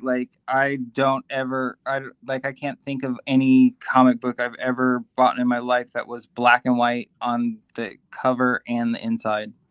Oh, I can. I've got a bunch of black and white covers. You know, like on some stuff. You know, maybe like well, even those like Batman black and whites, like those were like later on. You know what I mean? Like just like I just showed you, like my Essential Spider-Man. Yeah. Like it makes sense to have a color cover.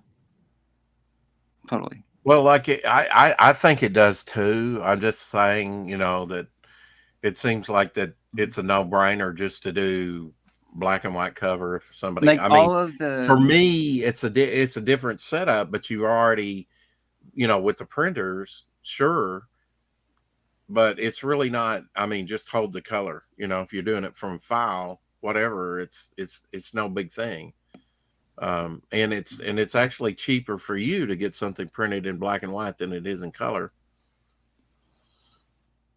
Of course, I get it. I totally get it.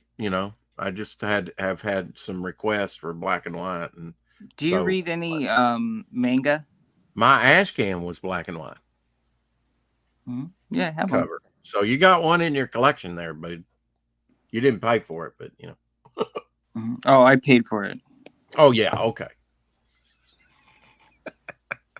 Yeah, you'll be getting your charter member card here just as soon as I can get with him to tweak the design and get it printed up. We'll get charter member cards out with people.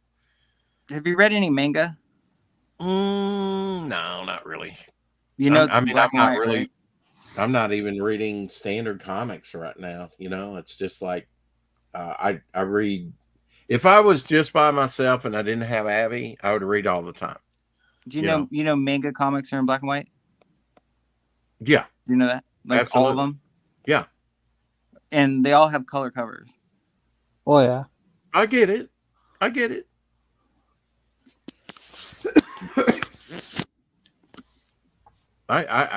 totally get it. I mean, I do like, there are sketch versions. You're telling me you don't have any sketch versions? I've got some Jim Lee sketch versions of like the Infinity War or whatever it was. I forget what it was called. I mean, they were calling them sketch covers. That's when I first, and that was around 2006, 2007. Yeah. They came out with cool. That's cool. Like an all white cover or whatever. Well, I mean, it's in black and white. I mean, when you've got an artist like Jim Lee or George Perez and you really want to show off the, line work. And then I guess you've got, well, I mean, I guess there's sketch covers, which are just the pencils, which I think are cool. They've taken just the line work and had just the artwork and nothing else. And they usually have that black and white, but it's not really something you read because there are no words in it. Yeah, I mean, if you get traditional original artwork now, the word balloons and everything are not paced up anymore. They're I've got a few pages like that, and I really don't like it. I like my older stuff that has the dialogue on the page. You know, it's just the art.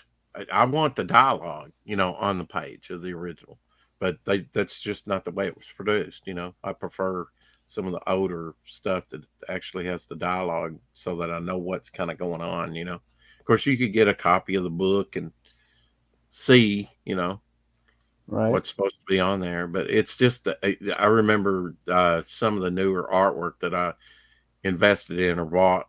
I've got a couple what if pages in there. Uh, what if Thunderbolt Ross became the Hulk, which was pre-Red Hulk? So I think that's kind of, there was a lot of those what if stories that they kind of took from and ran with, you know, the ideals of. I think the best what if stories were what if Marvel lost Atlantis Attacks and Oh, that was definitely a good one because that had the end of that story had ramifications for the main Marvel universe, 616, I right. guess. Yeah, it was a pretty interesting one. And then the what if Yeah. X-Men lost Inferno, Yeah. which I, was de- pretty. I definitely remember the other one being a good read, though, the Atlantis Attacks, because of the. See, that is so cool. You're inking. You're like, yeah, I didn't like the arc of that line. We'll just erase that line, and you do it, and just so quickly. Yeah, I'm just gonna come in here and clean it up a little bit, you know. Yeah. Now, how do you have to kind of go over to the side and adjust your line weight when you want to do the line weights differently? Yeah, Mm. but like right here. Yeah. To get it like a little finer line or whatever. Mm-hmm. Yeah. Or thicker or whatever. Sure. Mm-hmm. I've also got this brush that I'm using right now. This is like one of my go-to brushes. It's set up too that like it's pressure sensitive, you know. So like if you're just barely touching it, and then if you push harder, Right. you know what I mean. Like so if it like It'll like give if you I'm a barely wider here, and then line. it's like yeah, and then if I push hard, see how it's thick. Now, see, I like that. I would like that. I So would it's a like little that bit of where it's pressure, sensitive. you know. Yeah, Got I some would pressure like to it. that a lot. Hell yeah. Because that's really close to, you know, your inking, right? Mm-hmm. Actual inking. Yeah. Why are your blacks so choppy there and they're not like full blacks there in Like right the here, when you because blow this it is up? so Yeah. like right here, like this is the raw scan, you know. So like Okay. even though like I've adjusted the contrast, you know, like there's still flaws in the real ink. You know what I Yeah. mean? Oh, so Yeah. you've drawn this traditionally, and then you scanned it, and you're going over it. Right. Mm-hmm. Okay. That makes sense. Ryan, I think I did show you this. This is the devil or the sea demon story that, I mean, I did show you this stuff, didn't I?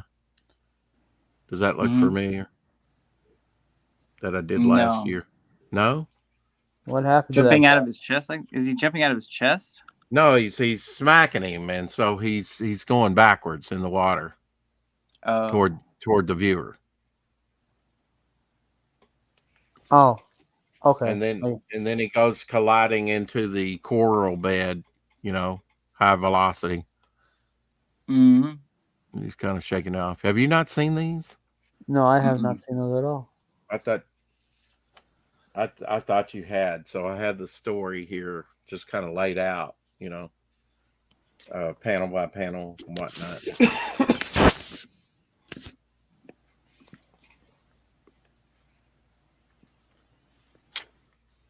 Don't want to give it away. Yeah, here's a page here. Getting hit from behind and part of his tail blown off. Well, why'd you have to go so dark there, Rex? Because a new character grows out of that portion of tail. Oh, okay. Mm-hmm. That was come up with the chat, you know. I had to Chat tease you came a up little with bit.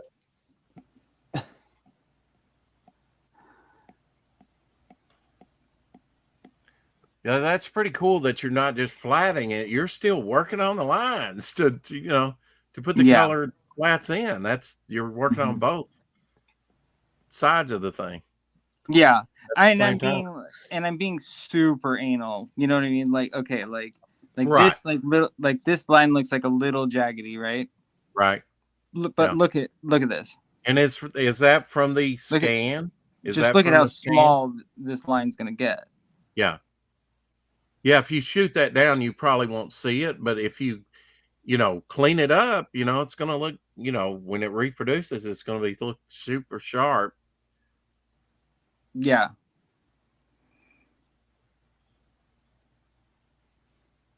So there's, no reason why I shouldn't get you a script, and there's no reason why you couldn't have a black and white cover.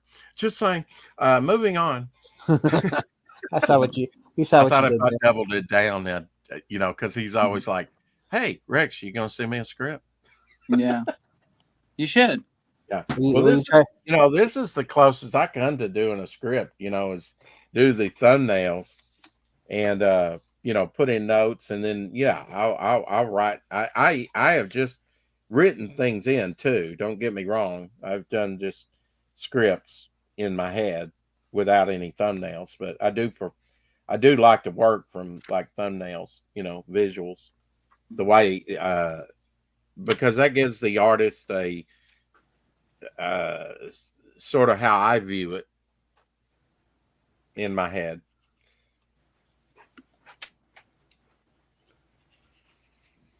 Here, take a look at this book, Rex.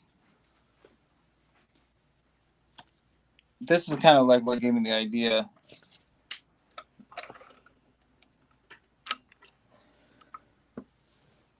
Oh, Marvel. What is that now? Turn it back. This is like the art of J. Scott Campbell. Okay. And then, so he's got the. Ooh, look at that. Yeah, the book, the hardback. So got like that color on the outside. Dust jacket, yeah. And then the pencils on the inside. Yeah, I mean that's great. That's great. So that I want to do that, except it'll be the inks on the inside. Yep. It'll be color out, inks in. Mm-hmm. The thing I like about when you do the cover, when you do just the pencils reproduced, if they're pretty tight pencils like that, I don't know if that's considered tight for him, but it's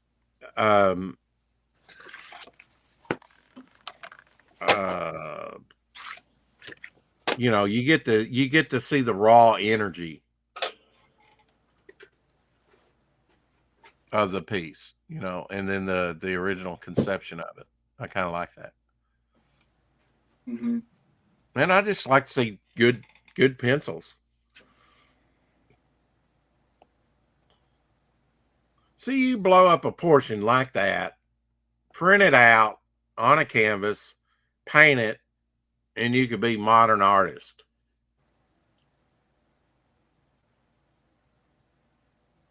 With all kind of abstract designs.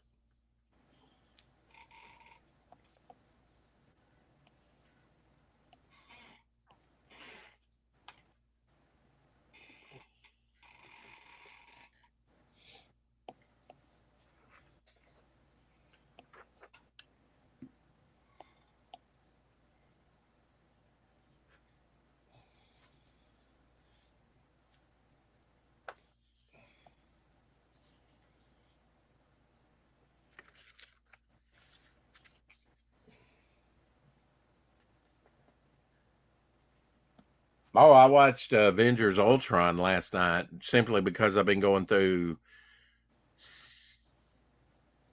I guess it was at the start of season 3 that they mentioned the movie, so I said, "Okay, stop." In Shield Agents of Shield TV show, and I said, "Okay, I'll stop and refresh my memory and with." And see what Shield's part in that was. All it was the Shield came in with the helicarrier, and they loaded up all the people. Mm-hmm. And sort of saved them like that, you know. And Coulson wasn't even in that movie, which he's the head of Shield and the agents of Shield. Great actor that does Coulson, and occasionally, what's his name that plays Nick Fury comes in and plays Nick Fury. Samuel Jackson, yeah.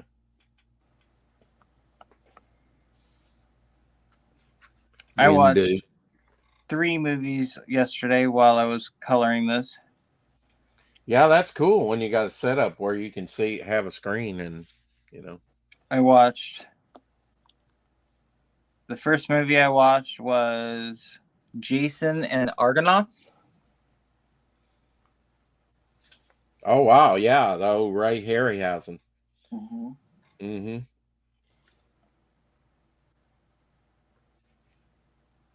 I reposted on Twitter something about that movie. I forgot a lot of it, you know. Yeah. That's the one that is it that or Sinbad that has the skeletal army that fights? It is that one? Okay. Yeah. Jason the Argonauts has the skeletons. And then I watched They Live. Oh, now see, I don't have that one in my collection, and I need that in my life. Quite a few things I forgot in that movie too. Yeah. Like one, can I say like one of the spoilers, or would be a spoiler or no? Oh, on They Live? Sure. Yeah. Yeah. I mean, it's an 80s movie, right? One thing that like I forgot. We all know about it by now. One thing that I forgot was like when they go underground, you know, they discover like the aliens base, you know, like, and it's like basically like all over the city underground, like all these like corridors and tunnels and stuff like that. Uh-huh. So like one of them is this room that like you step into it and then like you get like shot off, and like you turn into like this like little beam of light and you get shot off like into the galaxy. Like it's like a transporter. Mm-hmm. And it was like like so like basically like, so in the movie, like they're like under the city is a room like where you can basically like be like shot off to like the Andromeda galaxy like in a second. And they like show it. They like show like the little beam of light like flying, you know, out into space. Right. I was like, oh, I didn't like know that they had that. And it was just like very interesting, like how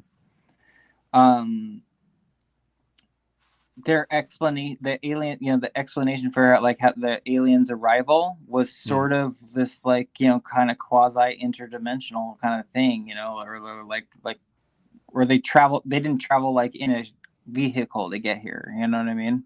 Mm-hmm. Like it was like bending light or bending space or what, you know, wormhole or whatever the fuck, you know what I mean? Which I thought was rather interesting.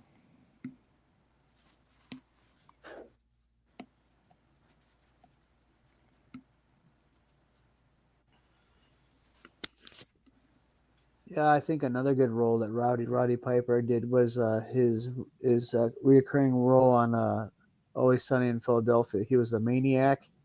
Mm-hmm. It's pretty funny. Yeah, and his last movie was Peter Sametti's The Chair, which is pretty brutal. You know, he really is pretty brutal. You know, he's got a scene where he he's a guard in a prison, right? And he takes his baton and he basically just sodomizes this guy to death with it. Spoilers. Okay. Gross. I know, right? Now, I mean, you only get to see it from, you know, from the front view. You don't get to I'm see just it. imagining one of the announcers from the WWE going, that can't be legal, Gene. That's gotta hurt, Gene. That's gonna hurt, yo.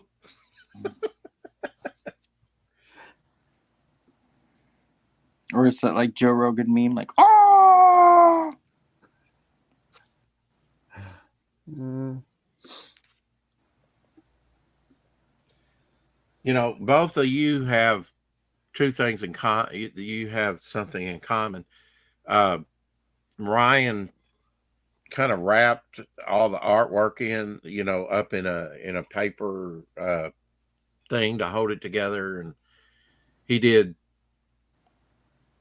some hand cut paper type thing, and then Timothy, you had the folding around the presentation of your trading cards, which was pretty cool. Yeah. Both of you geniuses, and I use that loosely. Yeah, you better, because I can't. I don't think I can back that up.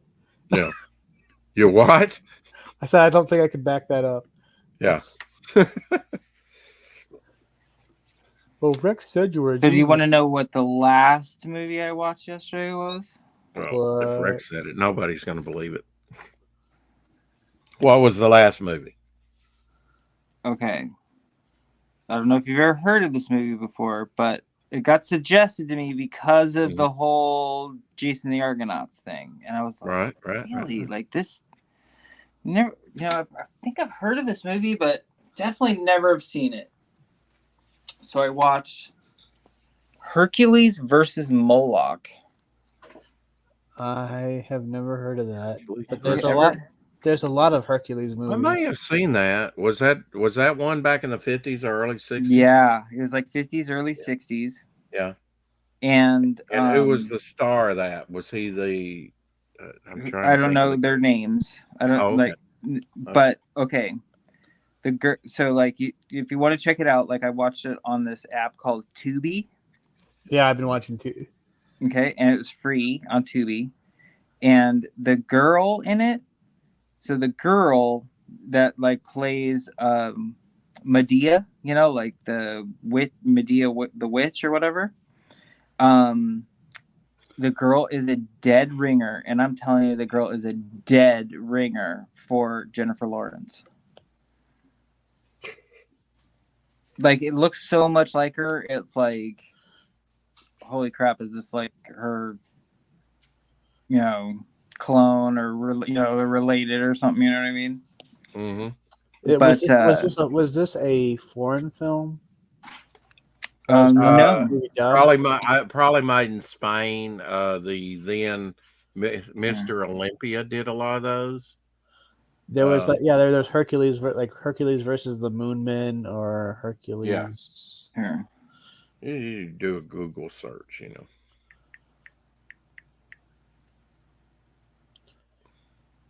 Hopefully, they didn't have an endless sandstorm scene that went on forever. That was probably Dune. No, that was Jason. That was Hercules versus the Moon Men. So there's the poster right there. Can you see that?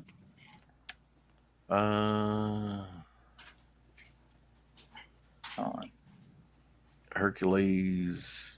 Gordon Scott. Yeah, Gordon Scott. He was Tarzan. Okay, so he's also Hercules in this Hercules versus Moloch one. Yeah, I think I've seen that. Yeah. And that's the girl. That's the girl that looks just like Jennifer Lawrence. Huh. They also have crazy. They have the Spartacus series on there too. When that was on Stars. You know what they say? What goes around comes around. I can't tell you why. But this was a pretty good movie. It was like on par with Jason the Argonauts. You know what I mean? But I like some of those Hercules movies, and Gordon's a fairly good actor. He's got a good screen presence. And that stop motion fight scene with the skeletons was one of the best scenes, I guess, in film history of all time. Of all time. Yeah. Well, there's also a scene where they fight harpies, and there's another scene where they fight a giant colossus. Like a giant metal colossus thing too. Yeah, that's like as big as Godzilla. That was pretty good. It's pretty good. It's campy fun for the whole family. Mm-hmm.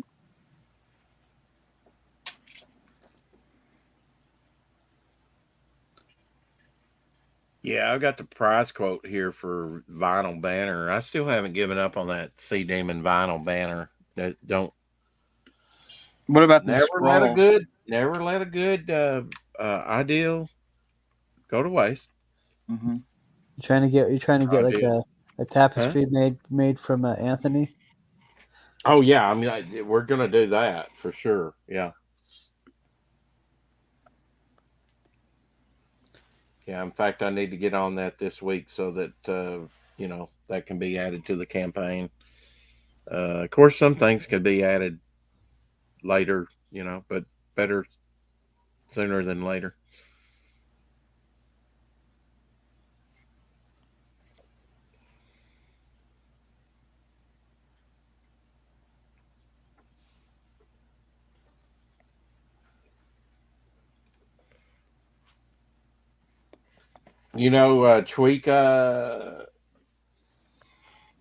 Tweaka that was on the back of your ash can. Tweaka approved, Ryan. What's Tweaka approved? I don't know what that is. The ash can. Oh yeah, uh-huh. On the back it said Tweaka approved. Yeah, you told me why. I forget. Well, I mean, let's see. Okay, that on the large version. It's not on the large version. But on the back of anyway, she's kind of my stick figure, character. Mm-hmm. Mm-hmm. And I didn't even create her, but definitely going to use her. Here's a scratch art thing I did of her. It's got razor sharp teeth with sort of a cyclopean spiral eye. That's freaky. Yeah, well, she's supposed to be a little freaky looking, Good job. Yeah.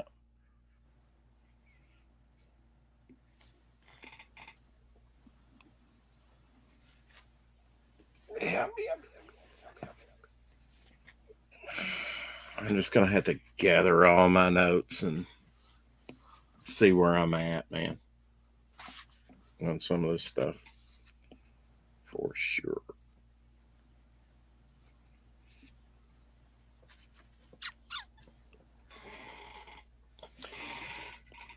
Yeah.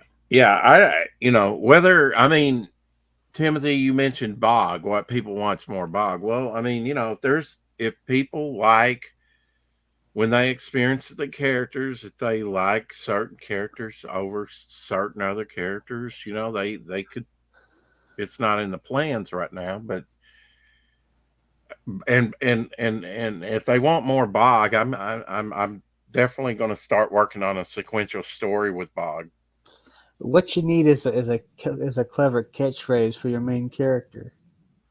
Kind of like it's along the lines of it's clobbering time or Right. Your friendly neighborhood Spider-Man. Oh yeah, some kind of catchphrase. Yeah, I might have to work on that. Come up with something. That's a good idea. Yeah, I mean, that just adds little flourishes to the character. Time to get bog bashed. I don't know. That's just off the top of the head. Right.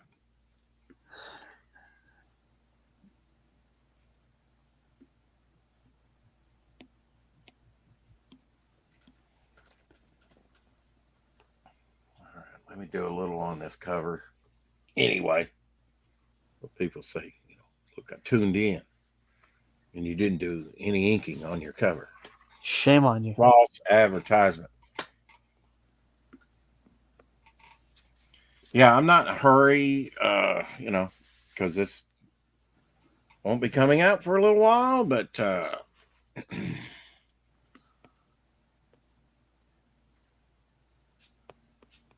definitely take my time on it. I definitely want to get it out before Peter's version comes out. I assume Peter Palmiotti is still going to do it.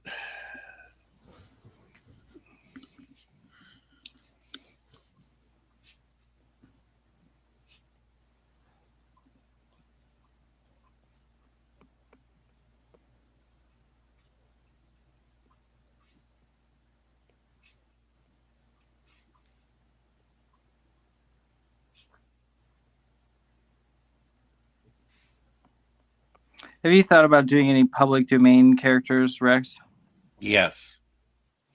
Which ones? Yep. Which character? Huh? Which character? Oh, well, before Vonster came out with it, Black Terror, Daredevil for sure. Mm-hmm. Uh, Did you see like how another artist is putting out a Zorro book? Like another I have. crowdfunded Zorro book? Yeah.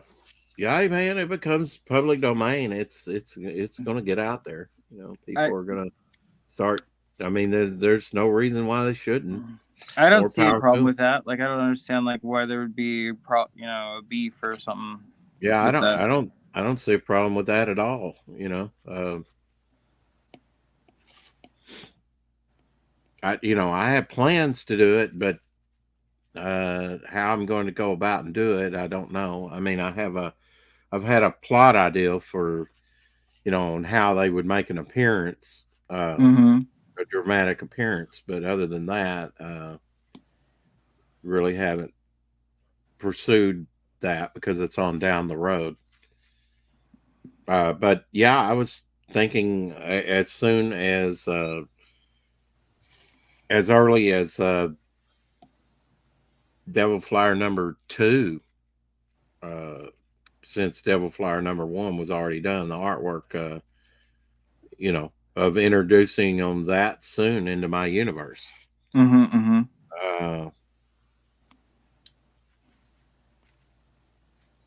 And who knows? Maybe not.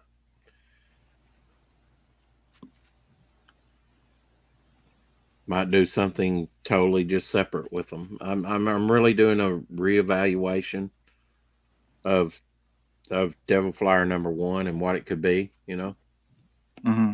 I've got Are time. you still doing a Zero first? Nope. No? I'm doing this prequel first. Oh, Yeah, that's what a Zero issue is. Yeah. Well, I guess I could, put a 0 issue on it. I was actually. Go ahead. I've always wanted to do a 0 issue. I tell you, of a public domain character I would like to use is Captain Battle. Yeah, I mean, they've got such a host of good characters that can either stand up the way they are, or you can redesign their costumes and stuff and their powers. I mean, it's public domain; you can do whatever you want with them. Yeah, you can use their original names or rename them. It's up to you. I just had the most brilliant idea. But yeah. That's dangerous. See? Brilliant. He said brilliant ideas. So he is a genius. Well, according to Timothy, he's a genius. Sometimes. Yeah. I've had my share of being retarded. Your epiphanies, your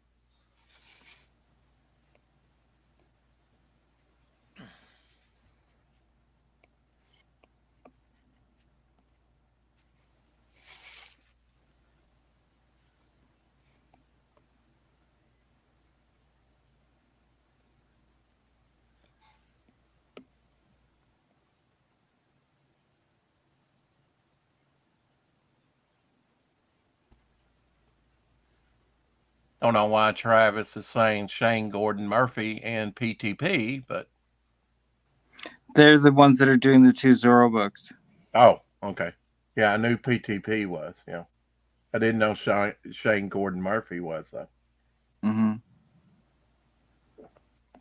Interesting. I do like Shane Gordon's sort of scruffy style. Mm-hmm. I liked his work on the Vertigo stuff back in the 90s. Mm-hmm. I really like one of my top 5s, Chris Pacello, and he would do this book called Shade the Changing Man. Yep, I remember that. I've got some issues with that. Gordon Murphy would fill in for Bocello. Mm-hmm. That's when I first started getting to know him.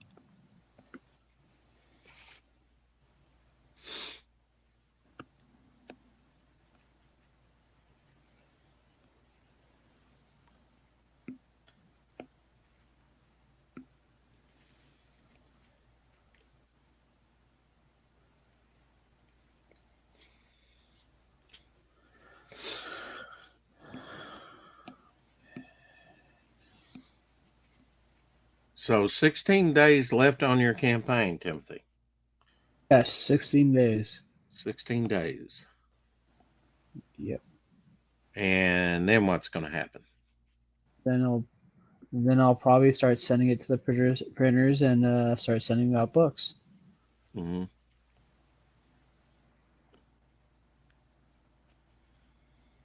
And you use the same printer as before, I imagine. Yeah, I use Mixum. Mm-hmm. I think they kind of changed up some stuff up because it was different. It was definitely what? It was different because they changed something, so I had to kind of like relook at it.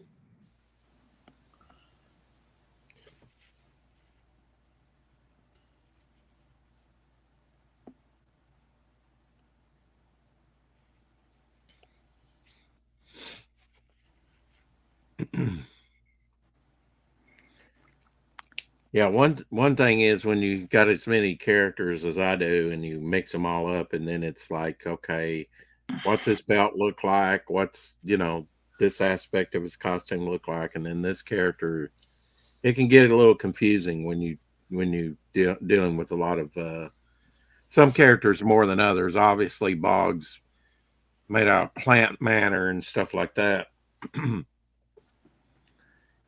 Pretty much how he's going to be colored, earth tones, green. But others, their costumes are a little bit more complex and stuff. And it's like, so.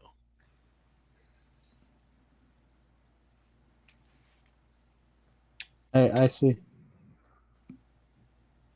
So yeah, when I have them all like this on, all together, it's like, okay. And some of these characters I really haven't drawn that much. I just haven't sit around and drew Sea Demon a lot at all, hardly. This piece by John that he was doing for a character book here, the text would be on the side here. Because I've wanted to do a character book for a while. And this is pretty much my original design. I mean, he did a little stuff in the fin differently. He did this chest piece differently. So can I remember exactly how the original design was? No, probably not. But I mean, he's been around since 1993, but that doesn't mean I've drawn him. He was going to be my main character there for a while. I was going to go all out with him.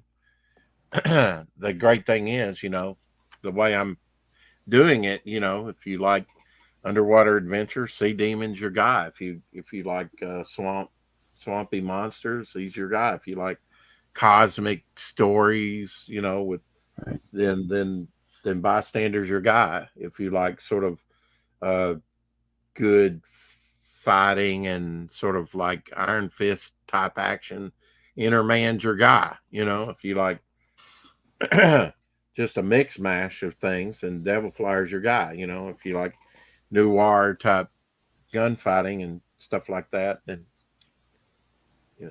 Silver Bow is your guy. If you like an edgy type character, TM's going to be your guy. With his blades and stuff. Something for everyone. Now it's up to me to knit it together. If one character that I'm excited to see Ryan get to here, in the future is going to be Midnight. My Western, Raquel Welch like character. Yeah, I can't wait to draw that. And I probably am gonna, like, after I'm done coloring this and have the campaign up, I'll probably end up doing that next, because I really don't think I'm gonna make the auction this time. Right. I wouldn't either. I'd focus on your campaign and mine because we both need to get it out. Yeah. Yeah. But don't sound so enthusiastic, Ryan. I'll put them up tomorrow. Like after I drop off my daughter at school. Well, then I need to see if I can send you some files then. Yeah. Yeah. I would do that. Yeah, I didn't want to bug Dillard unless I had to, Mm-hmm. I know you've been saying, well, just have Dillard send it to you, and it's like, yeah. And if you can think of another way to do it. Right. Well, I can try myself, to send you the files that he sent me. I'm not a good hand at that type of thing, but I think I could just transfer a file or two to you. Yeah, you can attach it to an email as long as it's under 25 megs. Right. And send it to octagoncomics@gmail. Let's take that down. Let's bring up Gmail. Octagon, obviously spelled the way I spell it. Mm-hmm. No hyphen? No.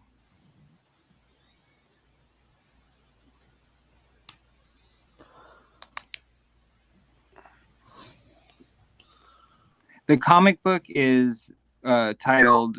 The title of the comic book is 2 words, or two. It's 2 words. Octagon. You know what I mean? Like it's not one. It's not one word.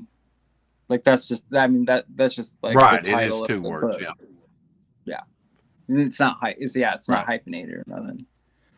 So then, like the company or whatever is Octagon Comics. So it's OGC.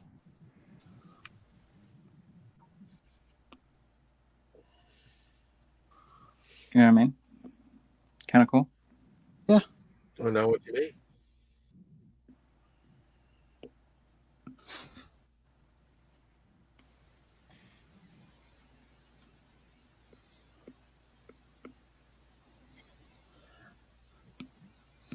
I do believe I know what you're saying. Octo. That's a Butters reference. Yeah, I'd already had you in there. Subject. Okay,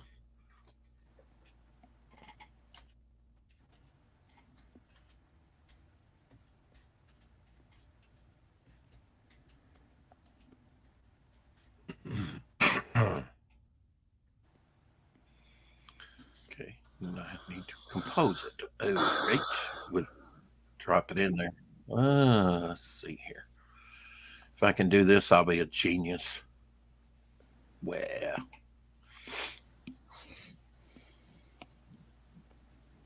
Okay. So the first thing I'm going to try and send you, Ryan, is the content page. Would you like to see the content page of the book? Sure. You'll see it pop up on the screen.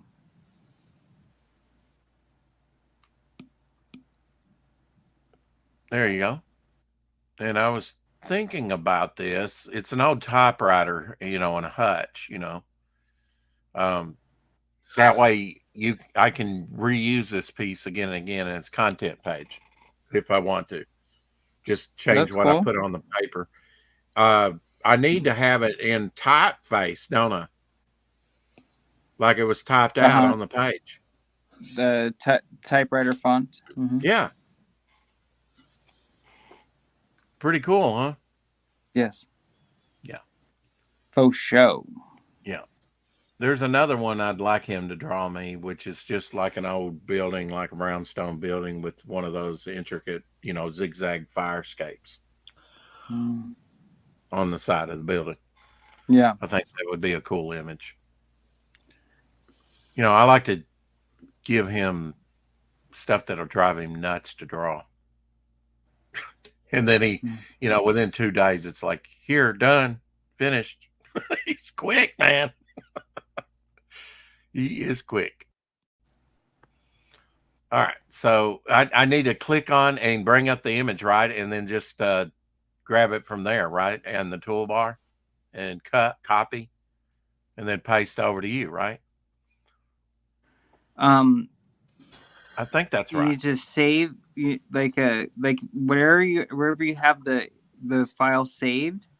Then you're just going to click your little paperclip or whatever, like just to attach a file. And then you go to where it's saved and click Okay. click on it. See it? There you go. Now maybe I need to resend it because I Yeah. just sent that to you, but I don't know if that's going to help you bring it up. The file. Mm-hmm.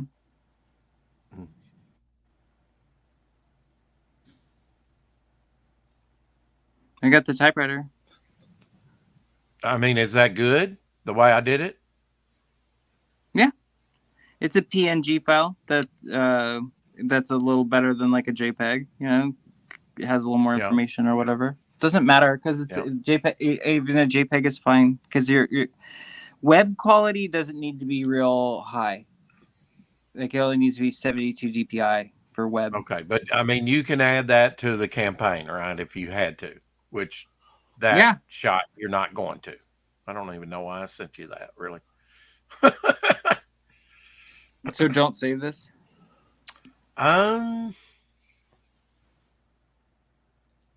Yeah, I mean, should we put it? It's a great image. I mean, should we, like, once I get the contents right, we could put the contents page up there on the campaign. I don't think anybody ever has, since it's a multiple story thing. We could use that, sure. Mm-hmm. Yeah, go ahead and save it. Should I guess I should have sent all the files in like one, right? One message to you. Okay, it's in my email and it's there. All right, I'll try that good. Again. Let's see. Compose.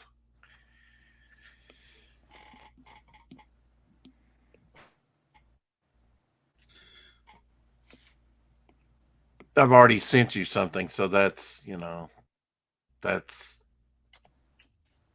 that's a good thing. You came up, saved. All right. Let's see. Getting it done. This is going to make me feel so cool to get this done.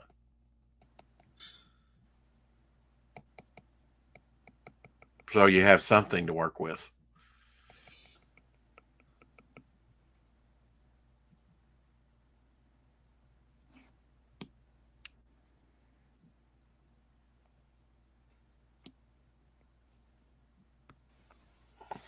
I'll just send you what I have.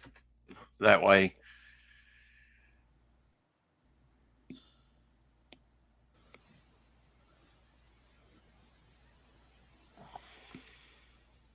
if you don't need it, you can discard it.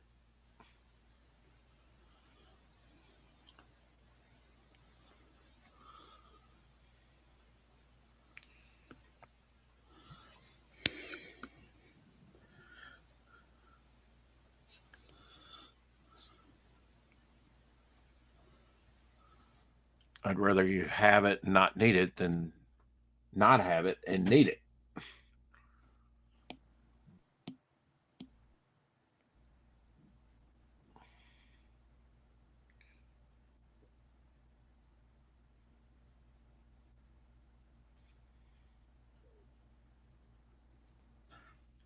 I think he sent that T-shirt design in a smaller image and in a more up close image for some reason. So sending you both. I don't know if this is going to be too much or not to send all together. No go, but we'll try it.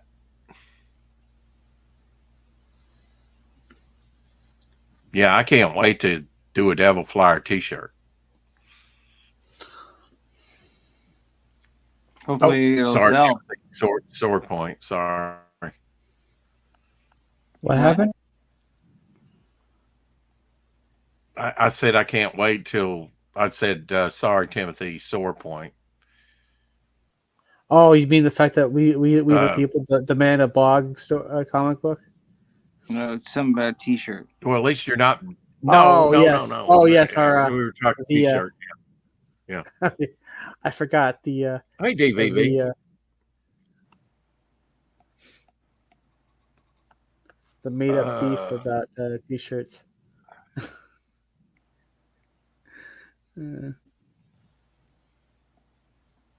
Remember, yeah, mud flaps. Oh yeah, I remember those on Yosemite Sam mud flaps. Yep. Back off. Yeah.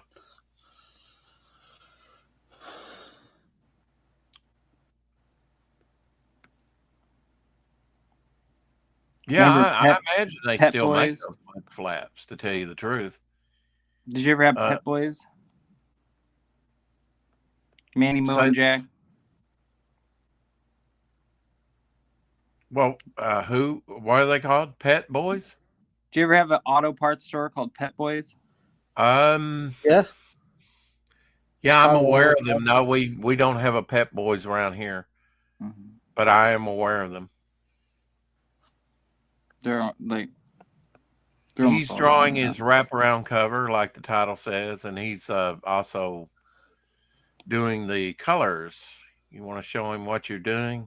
Mm-hmm. I'll show you my Working on flats. Dr. Octagon there. Okay. So you stopped flatting and you're going to the working on different layers. I like it.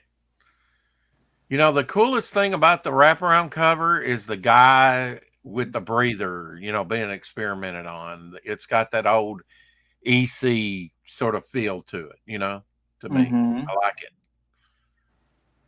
Yeah, I based this on Peter Lorre.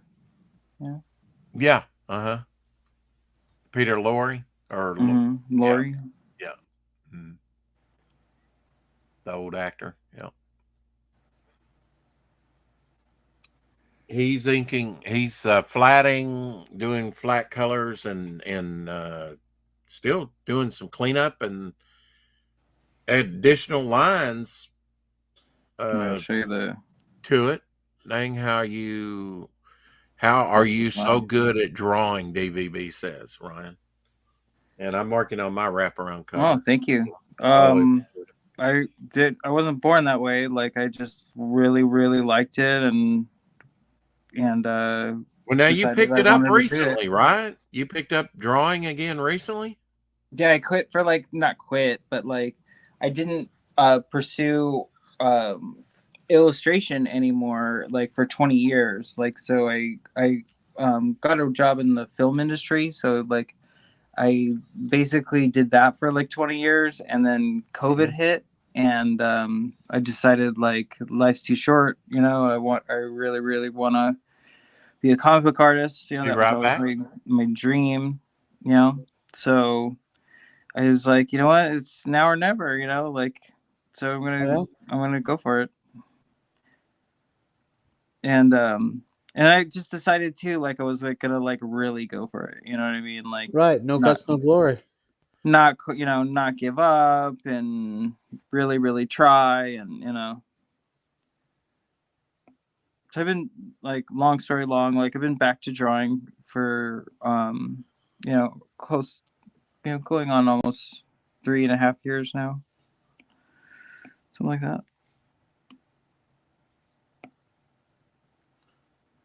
But before that, when I was a kid, I drew from basically from I drew every day from 6th grade through college.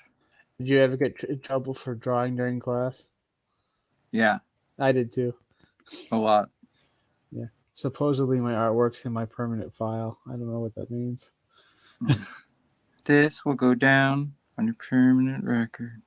Yeah, because apparently my drawings disturbed the teacher, so he decided to put it in my permanent file. Whatever that means.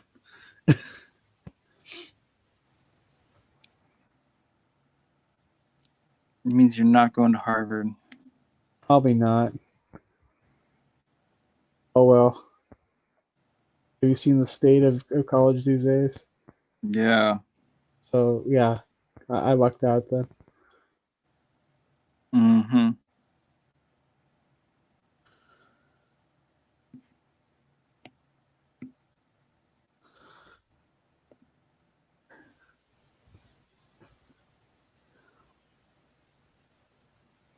So what made you?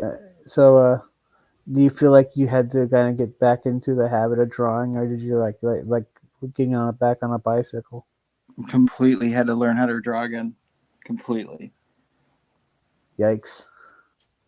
I mean, I guess not completely. You know what I mean? Like, wasn't doing stick figures or anything like that, but I mean, it started out like really, really good. You know, like so, like when I got back into it, I was like really pleasantly surprised. You know, I was surprised like I could draw as good as I could. You know. Right. And then I was like, hey, like this is really fun, you know. And I was laid off, like we all were, you know, we're in lockdown. And I was like, hey, like this is really fun, you know, like let me keep going, you know. And then like pretty soon, like I was like getting better like really quickly. And like pretty soon I was like, I can't believe I can I can draw this good. And then I was like, and then I was like, you know, looking at my old stuff, you know, like from like when I was in college, you know. Oh yeah. And I was like, you know what? Like I was just like, you know, hard on myself or whatever, you know what I mean? Like I feel like I didn't take the lead. I didn't like, you know, I went for like the money, the safe route, you know, like what was easy, you know, like the movie industry was like right there for me. You know what I mean? But like I should have just stuck with comics. You know what I mean? Like with my artwork. Like it. Like if I just like if I could have just traveled back in time and been like, dude, like you could do it. Like don't self doubt. You know what I Yeah. mean? Don't give up. Right. Not maybe not don't give up, but like don't don't discount yourself. You know what I mean? So, you know, like I think like I think a lot of guys like, you know, maybe they don't necessarily give up. Like they just they you know they go to conventions or they do submissions and they try and they like, you know, but they just never get that gig. You know what I mean? They never like land that job. So you don't, you know, you just like start, you know, looking for stuff to pay the bills. You know what I mean? And like Right. I wish I wish I would have like kept trying. You know what I mean?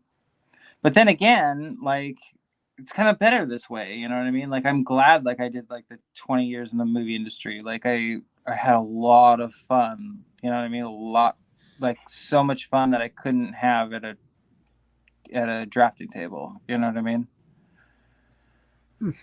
DVB, So, you should come on and say hi. Just saying. so I'm glad I did both. You know what I mean? Like I'm glad I put like drawing on the back burner and then now like I'm coming back to it. You know? Yeah. Yeah. Sometimes things happen for a reason. Mm-hmm. It's in very good shape.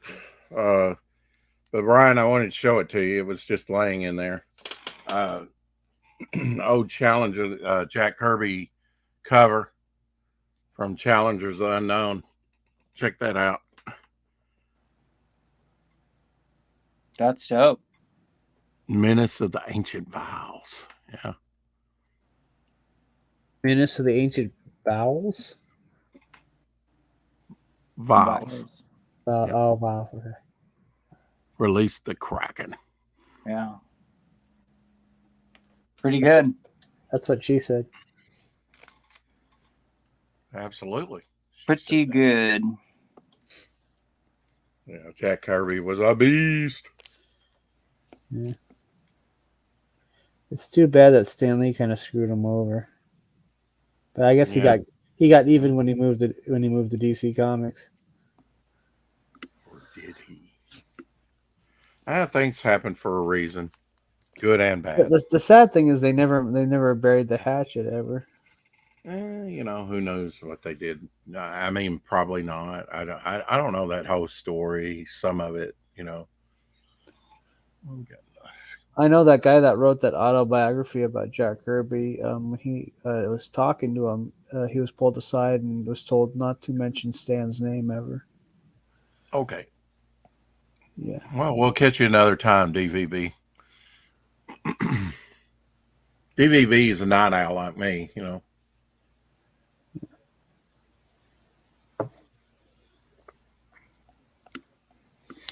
Yeah, I mean, when you blow the images up and you see, like, okay, that's not a true black, and that's what I've been going, with Vic's work. I've been making the blacks a little truer and doing a little cleanup and stuff. But like your digital work, you can really blow it up, like you said, and just go really detailed with it, can't you, Brian? Mm-hmm. Yep. But you're going to get a sharp image. I'm about to fall asleep. Got to get up early tomorrow. I know I need to get up early tomorrow too. Will it happen? Who knows? I don't know about early, but I definitely, this is going to be, put off. I've got one thing to mail for sure. Glad I didn't try and do it on a Monday. Put everything off on the Monday. Dad said, if you got something to do, don't try and do it on a Monday because there's a lot of people scrambling after the weekend. A lot of wisdom in that. Of course, Tuesdays at the post office can be just as bad or worse. But got to do post office. Got to get my unemployment started. We'll see how that goes. Unemployment? Well, I didn't work all last week, so I can claim it, and of course they have a wait week. So, and I haven't worked in over a week. So, oh yeah. Let's see. My last day to work was last month, which sounds, further away than it really is, but September. At the end of September. I think it was September 28th. So that's been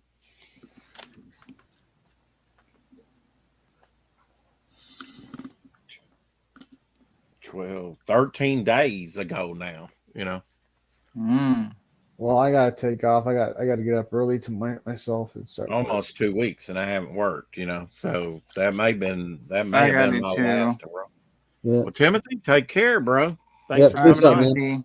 Yeah, this was talking fun. to you, bro. Good talk. Yeah. Bye. Good night. Good night. Good night. Dude, I'm gonna throw in the towel too, I think.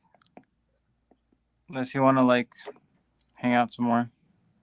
Oh, I can go a good bit more, but it's up to you, bro. That's because you're such a stud. Yeah. Well, that's because I've kind of rested a little bit, just a little bit before the, thing, and I've, the thing. The thing. Yeah. I mean, I haven't done much while I'm on here. A little organizing, but every line counts, right? Mm-hmm. Done some on the front cover. Haven't done anything on the back cover, but that's okay. Done a little on the clown today. That's going to be a trading card. So I'm going to have to get this rescanned once I get it finished. And, this will go up on the campaign, and then the original artwork too, I guess. Yeah. Will be up for sale. And, we'll have some original artwork. The bog painting, I'll get her to send you. I'm going to go to the printers. That's another thing I need to do tomorrow is go to the printers and get her to send you a few things. That'd be great. Yeah. And hopefully, we can get you at least started building the campaign. Mm-hmm. Mm-hmm. After yours, because yours, you got to get yours done. Well, like I said, like I think it'll be just really easy to just do. You know, but I think it's perfect timing. You know, Yeah. really easy to just do them at the same time. You know. Good. I'm glad you signed on to do that. Oh yeah, sure.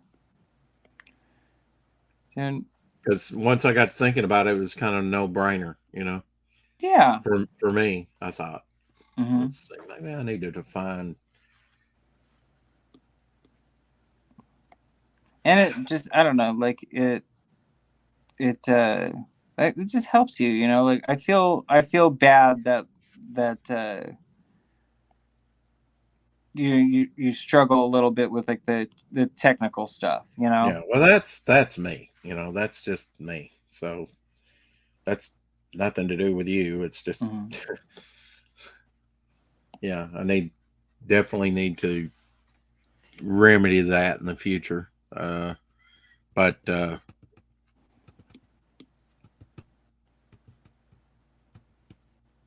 yeah, I mean, I would rather give you a percentage of the campaign for doing it for me, you know, and help you out financially. And And then too, like if like there's some you're things I like to delegate, Ryan. yeah, and then too, like if your you know, campaign is like wildly successful, like you can hire me to draw for you too. Oh, definitely. I You mean, know you what I know, mean? I'm hoping with this money definitely will go to pay you to do midnight, and then after that, you know, perhaps some other stuff. Mm-hmm. You know, to pay Doc for his work that he's doing, which will go into the book. Which I paid him for 3 pieces, I think.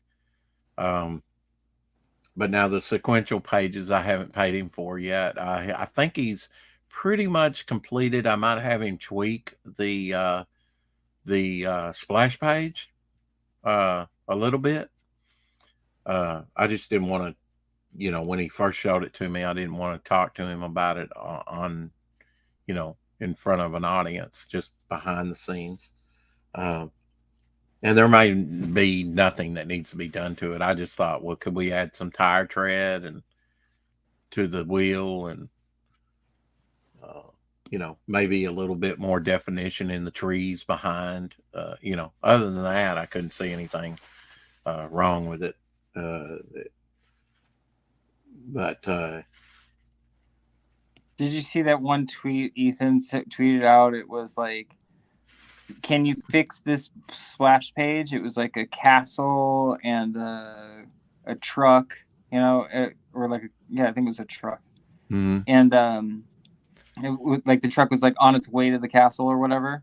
It's like this is like really generic. Like, how can you fix this? You know, and people are like, I would change the castle, and you know, I'd do a worm's eye view and da da da da da, and then like the guys from Cash Grab and Cecil, you know, they put like a sign they just put like a sign in the corner that said Cash Grab. And Yeah, they're no, like, I yeah, hadn't that's seen that. perfect. Ray I was says like, that was Ray's Buildings Tugs website for him. He says, "Would you guys be interested in having your own crowdfunding?" All right, got pop ups here. Crowdfunding solution, or are you happy with platforms, not a sale, doing research, laugh out loud? Yeah, Ray, we'll have to have you back on and talk about that, you know, or talk about behind the scenes, whatever. Um, uh,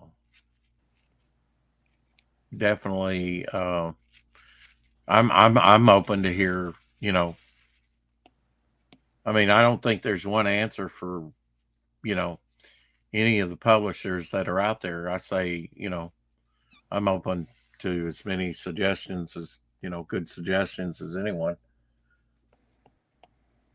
I mean, I know Doc Blaylock, he's like saying, well, Rex, you just need to get your own website. Well, yes, I do. But at the same time, it's like, I kind of like the ideal of what Sim first introduced me to, opening Shopify store. They have templates. Yeah, they take a percentage, but I think where I'm at right now, if I want a t-shirt made real quick or a jigsaw puzzle or whatever, you know, I can get it up and running very quickly over there. Whereas on a website, that's going to be a little bit more involved. And let me get some product out there first. You know, that's what I'm thinking. Because right now, I only have the ash can up. But you know, if our Ryan can get the prequel up, and then uh, you know, also the T-shirt design, might stick that up on Shopify in a different way. I don't know. I haven't opened up a Shopify store yet, but Ray says, I just want to know if it's feasible to spend all this money on it if not no one wants it. Tugs is done. Okay. But I want to add more features. Okay. So you're thinking your own platform? Yeah, the merch stuff is easy. It's just how you want it set up. Yeah. Yeah, and I mean, see, that takes a thought process. How do I want to kind of set this? I mean, that's a whole beast in itself, you know, and it's like some people might be able to multitask and have that in mind. I really haven't given it much thought. Again, that's another technical issue that I just like to put out of my head. You know, it's enough that I'm thinking about story ideas and what artist is doing what. Oh, if I didn't mention, Mike Barron's going to be on with us next week, probably sometime. Skits definitely on Saturday, and also Tank Ferret got got back with me. Ryan, I heard he's sick or something. Oh yeah, he was there for like two weeks. He was running 104 fever, pretty much. Dude, I don't know. Brain damage or something. Yeah. He just said, okay. Sorry, got deathly ill. I'll have an update for you soon. Cause I asked, you know, how it was coming. And I just told him that I'd heard that he was sick and hope he's better now. So, and Jeremy Burt's also got back with me on his piece, asking me for my address so he could send me the drawing. Which was the execution of the Viet Cong prisoner that he did for me. So you're not the only artist that's working. This is going to go on in the interior of issue 6 of Devil Flyer. You know, in a collage fashion, and maybe offered up in some other way on the campaign. But that's Jeremy Burt's work there. Yeah, it's horrifying. Yeah. Well, I wanted to depict chaos, and that's what kind of came to my mind, you know, was this image here that really kind of set people on their heels. Yeah, Ray, are you thinking about your own platform? Not a platform. It's a plug-in for a WordPress website. You host the actual campaign on your own site. That could be interesting.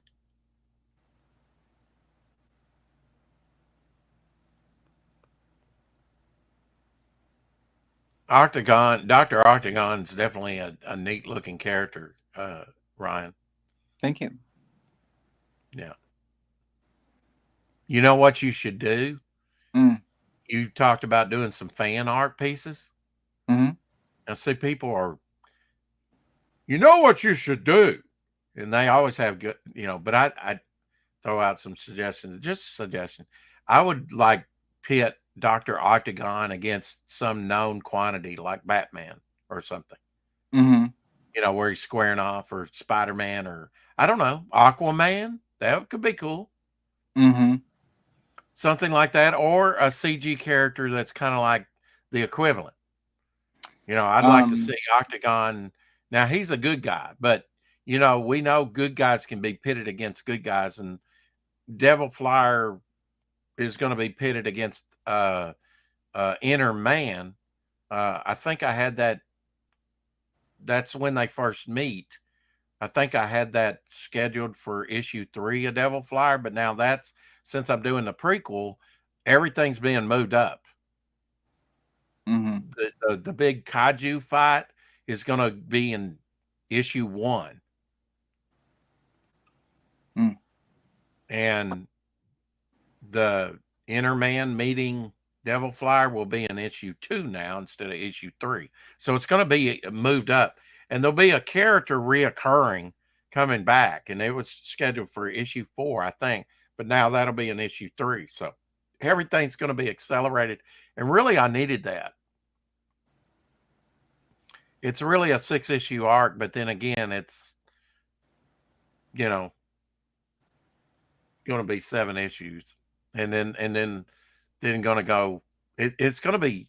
Don't want to give too much away, but more so what Eric July Rippet has. Yeah. I think I you know, hey man, I don't see why not. You know, eventually, if you can get people over to your website and or whatever the platform, whatever you're talking about, you can get them over there and know about it. I mean, you know, what Luke's doing, it's fine. But yeah, there's several ways you can do it. You know, you do it on your own website, build your own website on your own domain and stuff. And, you know, for me, I don't mind doing like Shopify for merch and even to sell books and stuff from, because they have the templates right now. You know, but eventually, you know, websites and different platforms or whatever, you know, and I don't mind to support, you know, existing platforms and stuff either, and them taking a small percentage because it's stuff I don't want to deal with. You know how everyone says never give up on your dreams? What does that mean? A nightmare is technically a dream. So should we never give up on our dreams then, or should we only follow the good dreams? Know what I'm saying? Yeah, it sounds kind of convoluted to me, DVB. Go to bed. Yeah, I'm not hosting a funding platform. It's a plugin folks can use. Website, add-on, etc. Okay. Yeah, I'm interested in hearing what you got to say, Ray. You know?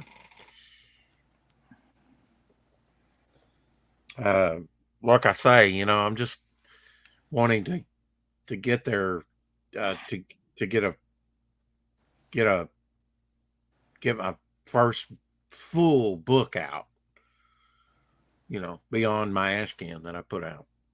And then it's off to the races when it comes to t-shirts and cards and bookmarks, which I've, you know, done bookmarks and cards and magnets already with the ash can. But, you know, we're definitely going to double down and do some, you know, maybe some enhanced covers and stuff. We'll see. You know what putting Octagon out finally like really did for me? Was it like really like made me feel like a creator, that made me feel like a real creator. You know what I mean? Yeah. Like I don't think you're really a creator until you got a book. You know what I mean? Yeah, I get it. Like I don't feel like, you know, I understand what you're saying, but then you're still a creator. You're just not a published creator. Yeah, I mean, you can argue it, you know, and say like, yeah, you are and all that, but well, I wasn't running you off, DVB. I was just saying, you know, take your own advice and go to bed. It doesn't you don't I didn't feel like a real comic book artist until like I was in, you know, fulfillment. Mm-hmm. And like people were actually like getting it and reading it. I mean, like you could say like, yeah, you were before that or whatever, or yeah, I was before that, but I didn't feel like I was. Well,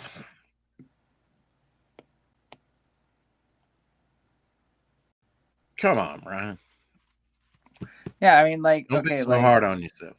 Like, let's say I got hit by a car tomorrow, right? Right. Yeah.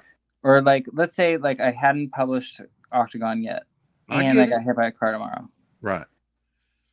I didn't like my life story wouldn't be like comic book artist died, you know? Right. It'd be lighting guy died. Yeah. But now that Octagon's been published, now it can be comic book artist side. Oh, joy. You know what I mean? Yeah. Yeah, I mean, I get it. You know, you can add that to your resume for sure.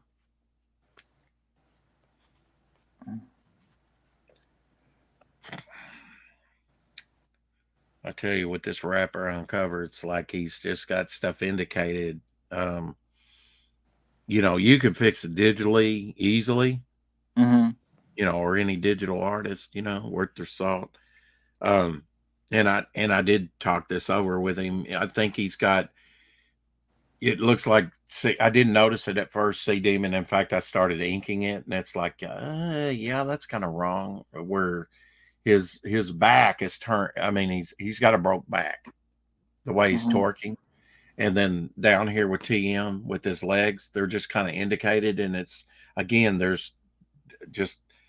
But now I haven't quite started on his legs. Now I did do that line there, and I may have to wind up taking that out. I don't know, but I've got to figure out how they're torqued. You know, how it's anatomically correct, feasible for them to be able to torque around. You know, and because he, you know, he worked. He kind of he did a rough draft, and that's what you get in the ash can. Then I did a show with him about 7.5 hours. He worked on it off and on, mostly on, but he kind of left it in an unfinished state. Never got back to it, and then sent it to me. You know, he was supposed to do it, and so it's kind of incomplete, and so I'm kind of trying to go by what he's got, but when it comes to some of this, it's more complete than other. You know. Mm-hmm. Plus, I'm adding some other stuff to it. He wanted to put some rocks in and stuff, and I get it. And he had an idea about this, the actual fire of the Tommy gun here, and the colorist can put that in. Blah blah blah blah. Well, I don't know. You're the artist. You better indicate it some. Let's see, it better line up too, because it's a wraparound cover. I'm just hoping that this all lines up good after I get it inked, All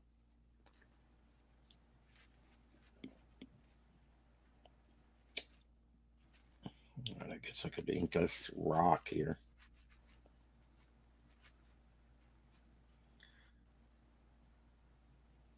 Try and do some of what I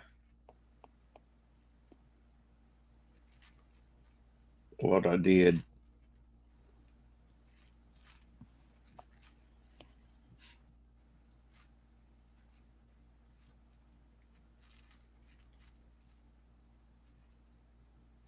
On this one side.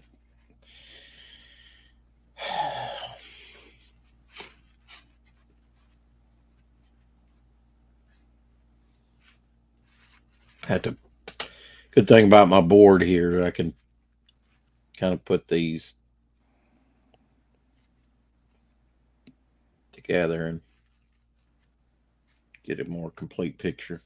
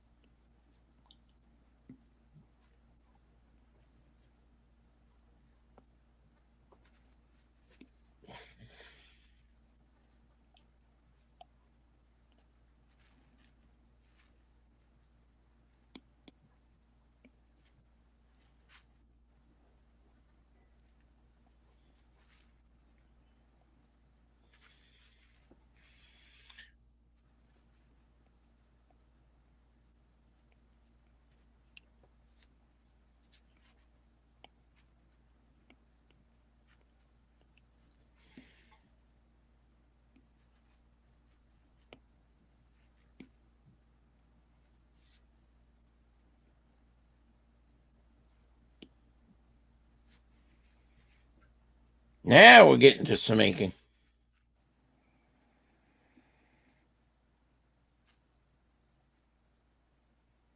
Ryan says, "What do you mean? I've been doing it all along."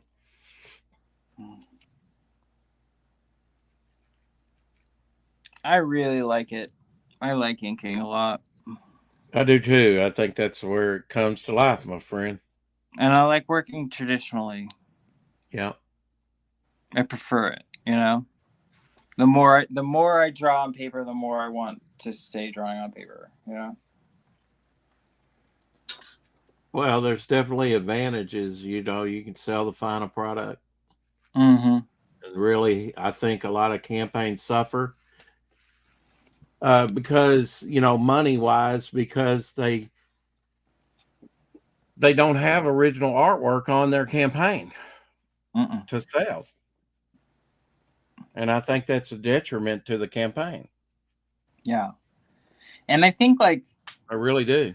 unfortunately, nobody like really in our immediate circle, but like, you know, there are you know, quite a few guys that like I think they just totally trace, you know, and it would be nice, you know, like for them to, you know, get a little bit of like street cred, you know, artistically by, you know, um, creating some original work, you know.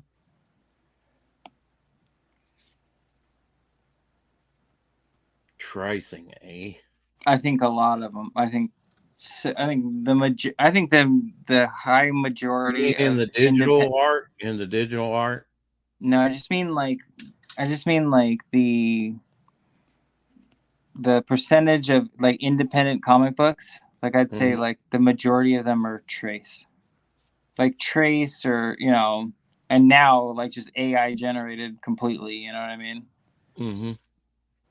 Like I think like most of them like are totally traced. The majority.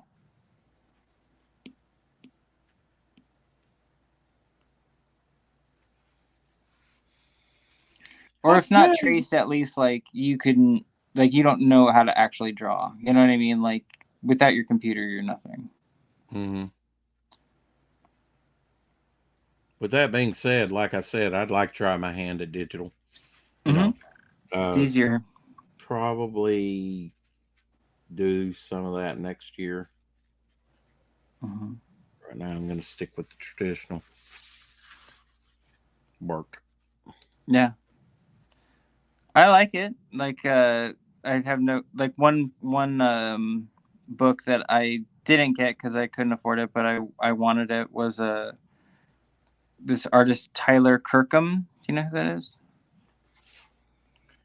He did a No, haven't heard of it. crowdfunder last year called I think it was called Final Boss. Oh, Tyler. Oh, I think I do know Tyler. What was the title of the book again?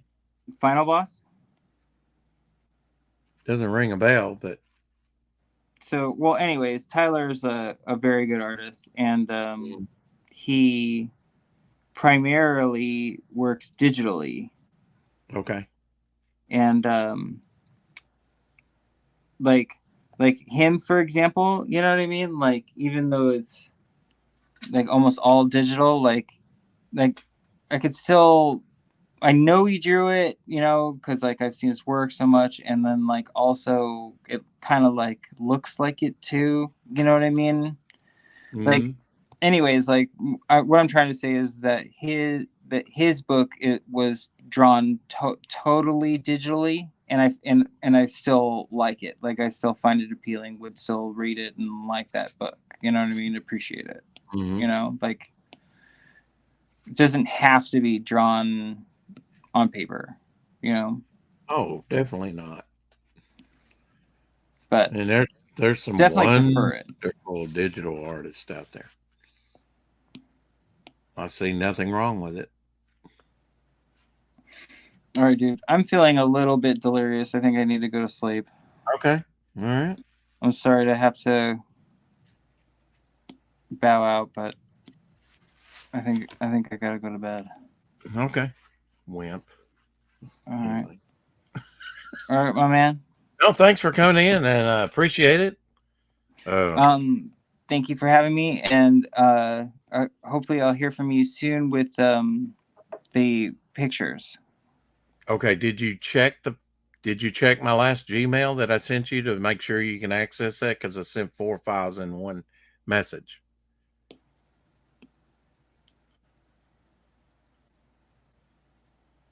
Brian's going to be helping me get the prequel up. Okay, so you're able to access those? I got one. Uh-oh. I got two. I got three. Okay. There you go. I got four. Cool. Oh, good. Perfect. It looked that all looks great with the black screen behind it. Yeah. It really pops. That's what it. Can you go back to the devil flyer that's flying with the trident? That's gonna. Yeah. See there now up in the flame. You're gonna get against the black T-shirt. You're gonna get the flame in the black. I wanted that.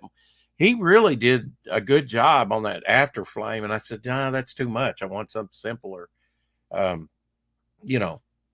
And then in the wings there, you see the individual feathers, that are kind of charred and black, Mm-hmm. I think it's a good look, don't you? That'll look dope on a t-shirt along with the logo on the sleeve. Yeah, that'd be a great t-shirt. Yeah. Well, all right, Ryan, get you some rest. Appreciate it. Thank you, man. Have a good night when you do, and I'll see you mañana. All right. All right. Sounds good. Night. Good night, chat. See, is there anybody still watching? Oh yeah, we got 5 people watching. We got Black Hat, we got Ray, we got DVB. I'm sorry to have to bail. Yeah. Well, but I'm tired. It's been 3 hours. I get it. Okay, my man. Good night, guys. Hell yeah. I ain't going anywhere. This ain't the end.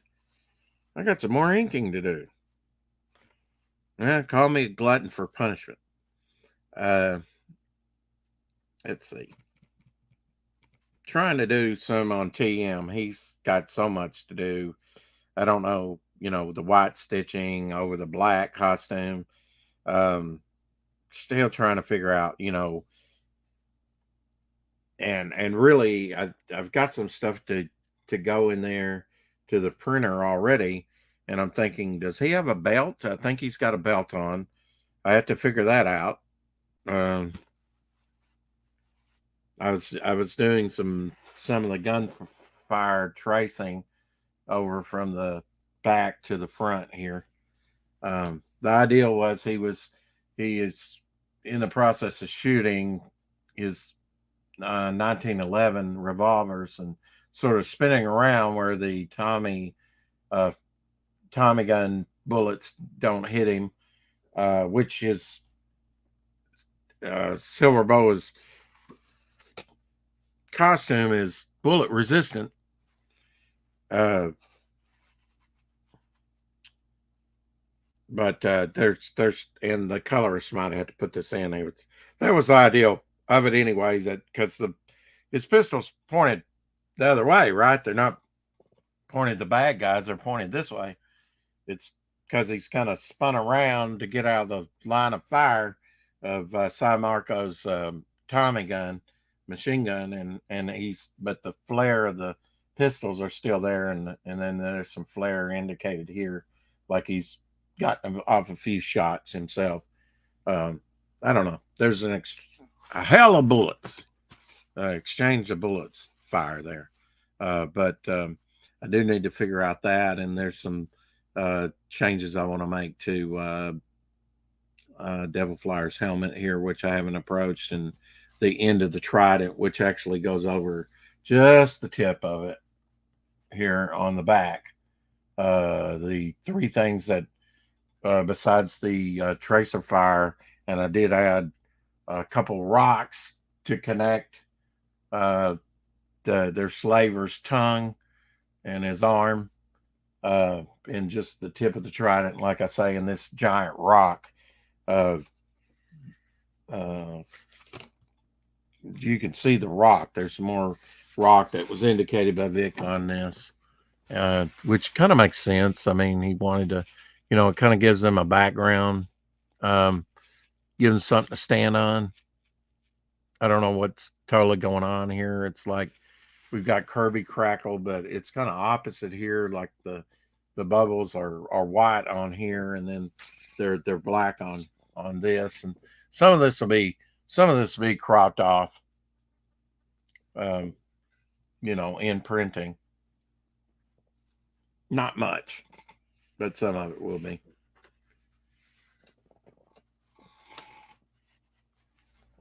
Slimming in the house, but it's coming along. It's coming along. The only thing I've done on this is deepen some of those fire lines of the Tommy gun. I've still got to do his hand and Tommy gun there a little bit. There's still up here. I haven't done his claw yet. Need to do the shadow a little bit better on, carried over in his back here. And I've not really figured out how I'm going to do a black. Am I going to do him in black or white?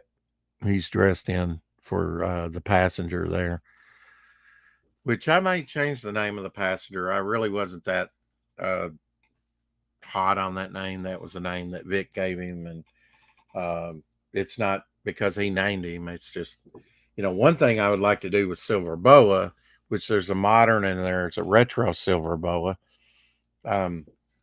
is a split cover where just like a close-up of their face where you have the retro Silver Boa on this side and modern Silver Boa there, all coming together in one face. I think that would be pretty cool.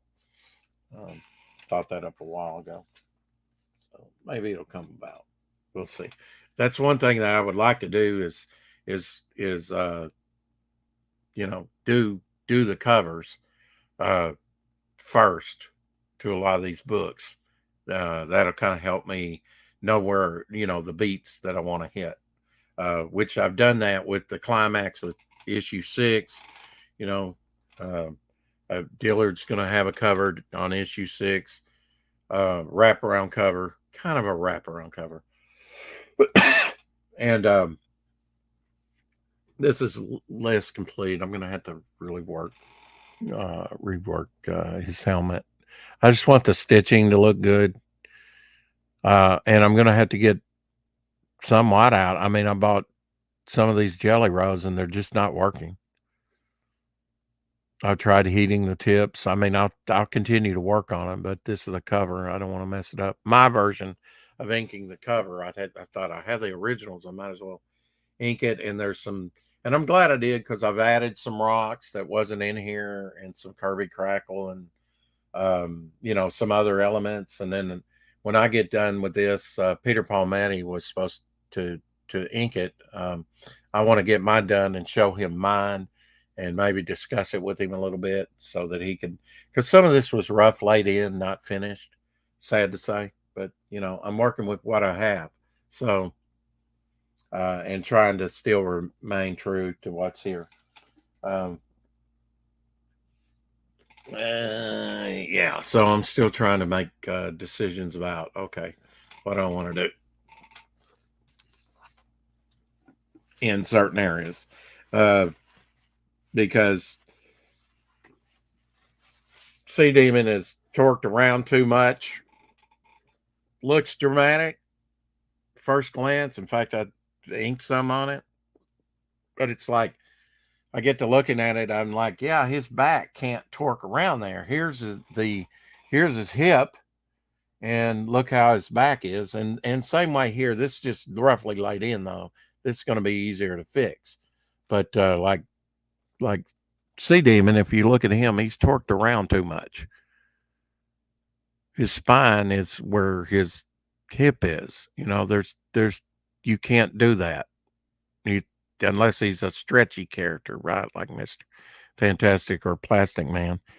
And this is more loosely laid in. So I'll just, okay, where's his spine? And how would this be? It's just kind of laid in a little wonky. So, and then he's got like a rooster crest on his helmet here. And then he gets a little flowery with the wings on the side, which here is sort of a close-up he did of,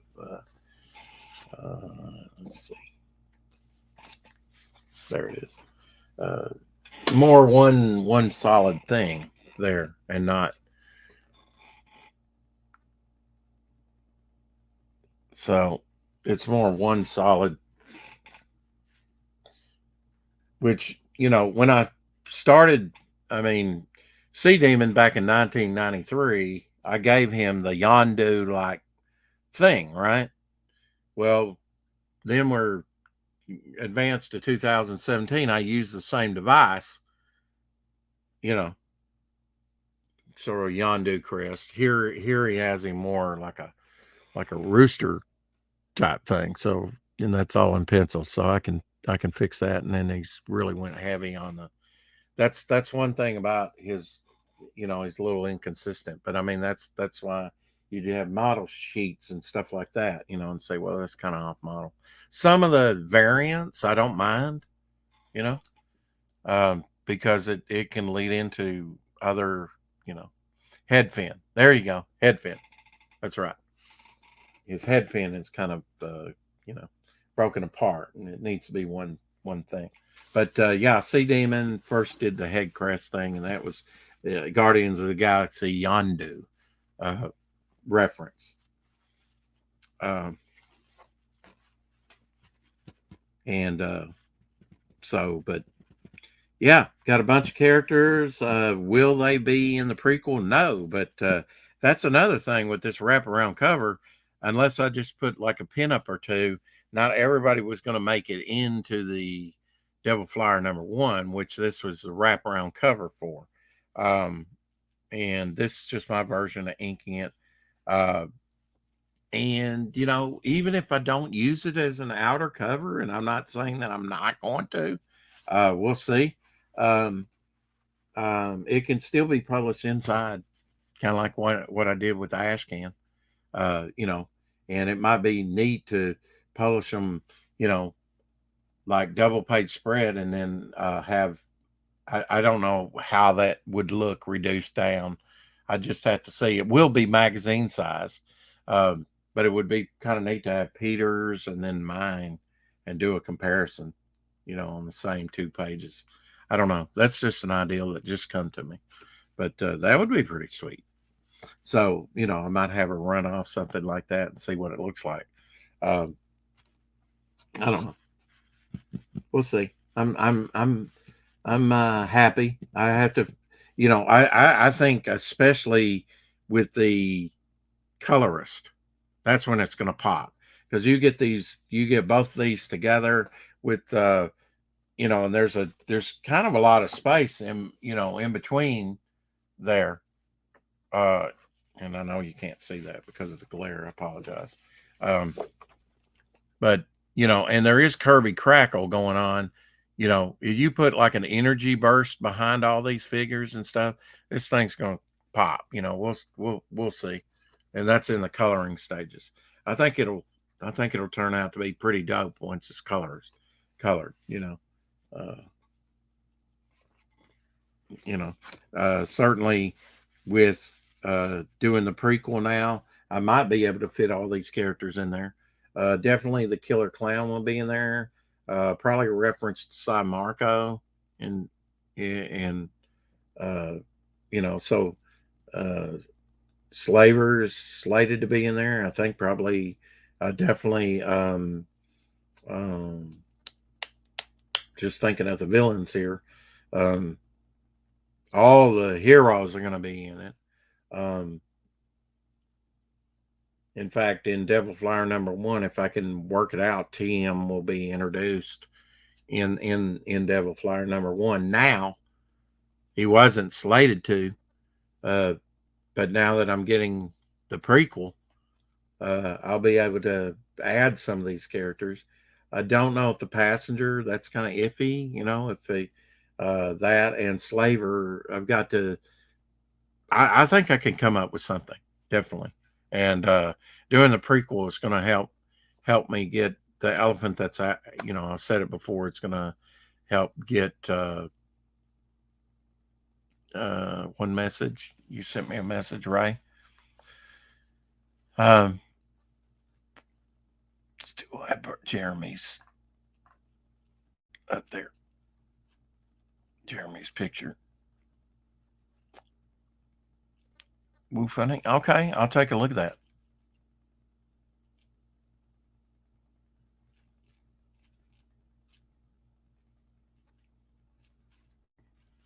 Yeah, I got you. Yeah, I'll take a look at that. Definitely.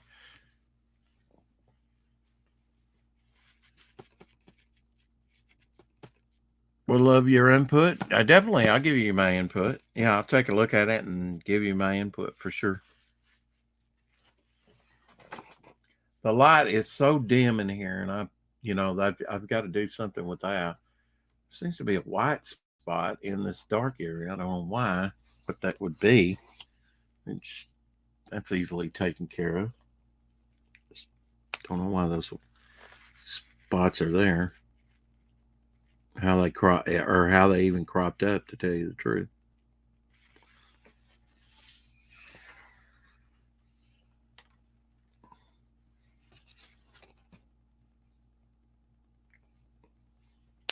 And yeah, this is a big task. I know I'm taking a lot of time with this wraparound cover. Again, if the pencils were a little bit more complete, a little bit more settled, but that's not so much a big thing. I'm not in a rush for it. I mean, Devil Flyer #1 is not going to come out till hopefully next year. I mean, maybe not even next year. We're going to do the Devil Flyer prequel.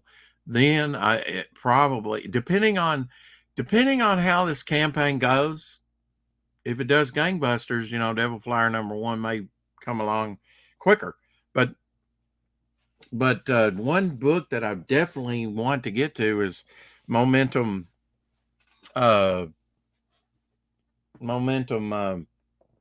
Future Visions, which will introduce you to some of these characters that you see on the wraparound cover in a future setting.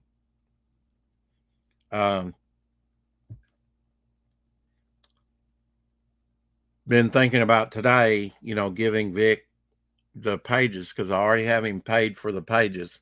A Silver Boa story, taking it on a page by page basis. I already know what the first splash page is going to be.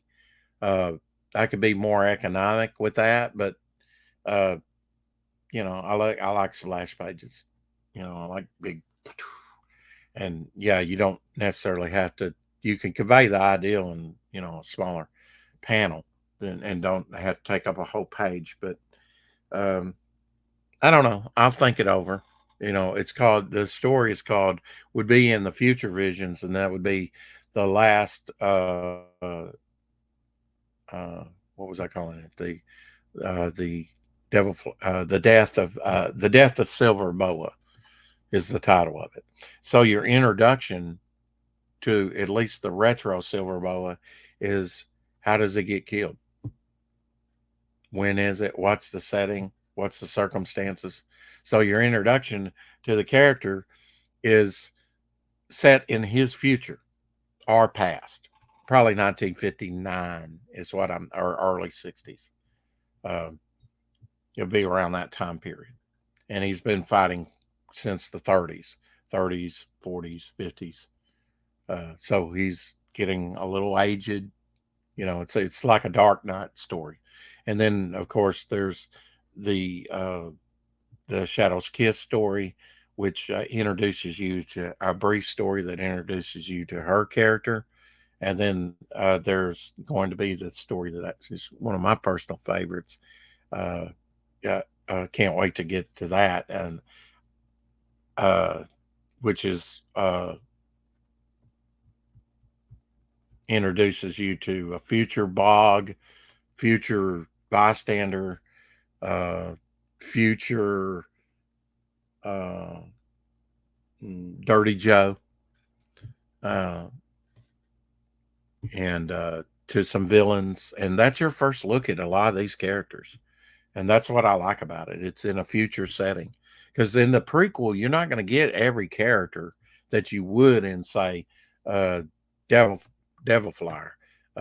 you're going to get an extensive bog story. You're going to get a 29-page Devil Flyer story. You're going to get the brief introduction to Inner Man. And I think that's about it. I think that's about it. You know, the prequel is not going to have, but then I'm still reconfiguring things about Devil Flyer #1, but probably stay with 6 stories. Now that I've gotten the elephant out of the room, that 29-page story that was taking up so much real estate, I think I can do 6 stories, then issue 2, 5 stories, issue 3, 4 stories, and so forth till you get to the climax of the story, which is in issue 6, or is it? And then it all becomes just Devil Flyer. And I am going to stick with the magazine format for the prequel. Probably go down to more regular size, maybe Silver Age, maybe still larger, but maybe Silver Age in size. We'll see. You know, I said they would probably be all magazine size. Well, they don't have to be now. That first story done by John demands to be magazine size, though. It just does for his artwork, because he drew it so small. He drew it to actual size of a comic book, which is small. But with that being said, I'm just pleased that it's amazing what he did on such a small scale. Will some of the imperfections be blown up? Sure. It's pretty tight stuff, but there, once you blow it up, yeah, you're going to see incomplete lines and some things like that. But this will be I'll have to get it. I'll have to get him an image of this too. So I need to make some notes for myself, because this is going to be a card by John on the campaign that was in the ash can. This is going to be one by Vic, the clown, that's going to be play in the story done by Doc last year, which will be included. So we shall see. We shall see the way it comes about. But it's looking it's looking a lot different already from what it was in the ash can. This is the way it was before he kind of redid and erased and whatnot. See, he had more of a, he really redid the helmet on Devil Flyer, as you can see. Hopefully, had more of a solid crest rather, head fin, as you say. I probably need to look at this for reference just to see, okay, what was it originally? One thing that I had him change for sure was the clown's expression. The clown just didn't look mean. Sure, he's got knives, but I don't know if my camera's picking that up very good, but he just was kind of expressionless, and now he has sort of grit, not gritted teeth, but you can see his teeth and whatnot. It's a little bit more vicious looking, I think. Not so much Ronald McDonald anymore, is he? Yeah, it wouldn't. There was a couple of things that needed to be changed, like his trident is going through his hand. I was like, yeah, that needs to change. You got it lined up, and can I tweak that and do that? Yeah, I had him fix that. But yeah, looking at this, some of his TM's blades cut off. I'm hoping on the final cover it's not cut off. I hope it's complete. But if it runs off, it just runs off. We'll see. Some things have definitely changed, but the main, in fact, this may inform. Well, see, the way he's got this here, this TM here with the hips and the back again it doesn't make a lot of sense. It's dramatic, but it doesn't. It's not anatomically. There's no. I mean, the way the buttocks is sideways, you don't see cheeks. If he's turned and torqued around this way, you would see butt cheeks. It'd be a different configuration altogether here on TM. On I think you can see on the bottom there, which is a little bit more defined here than what he left it on the final product here, because he did some erasing and then just the indication never got back to it. So it is what it is. So I work with what I have and try and make it, and hopefully Vic will be happy with it when I'm done. And how hopefully I as the client and happy, and hopefully you as the customer, if you want to buy a copy of it with that wraparound cover.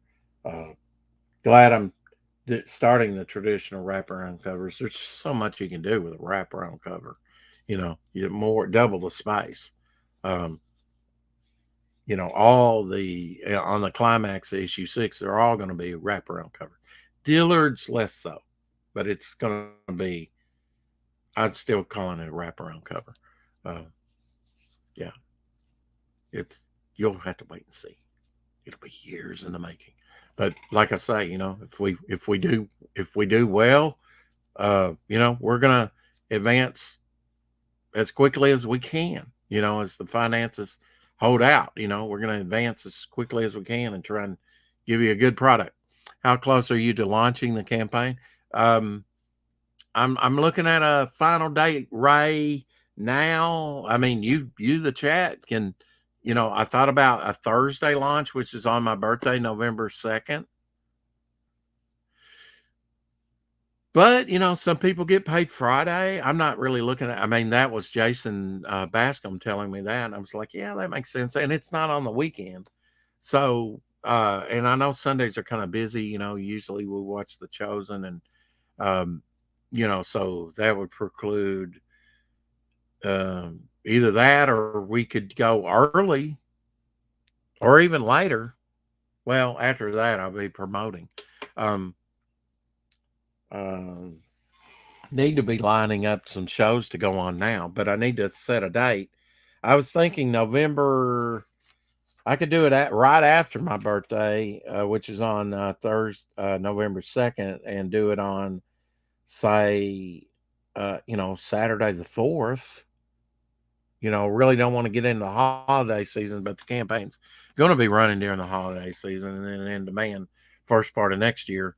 Hopefully I can get it out, around tax time or something to everybody in it. Because most of it's done. The 29 page Devil Flyer story, done, completed. The cover, done.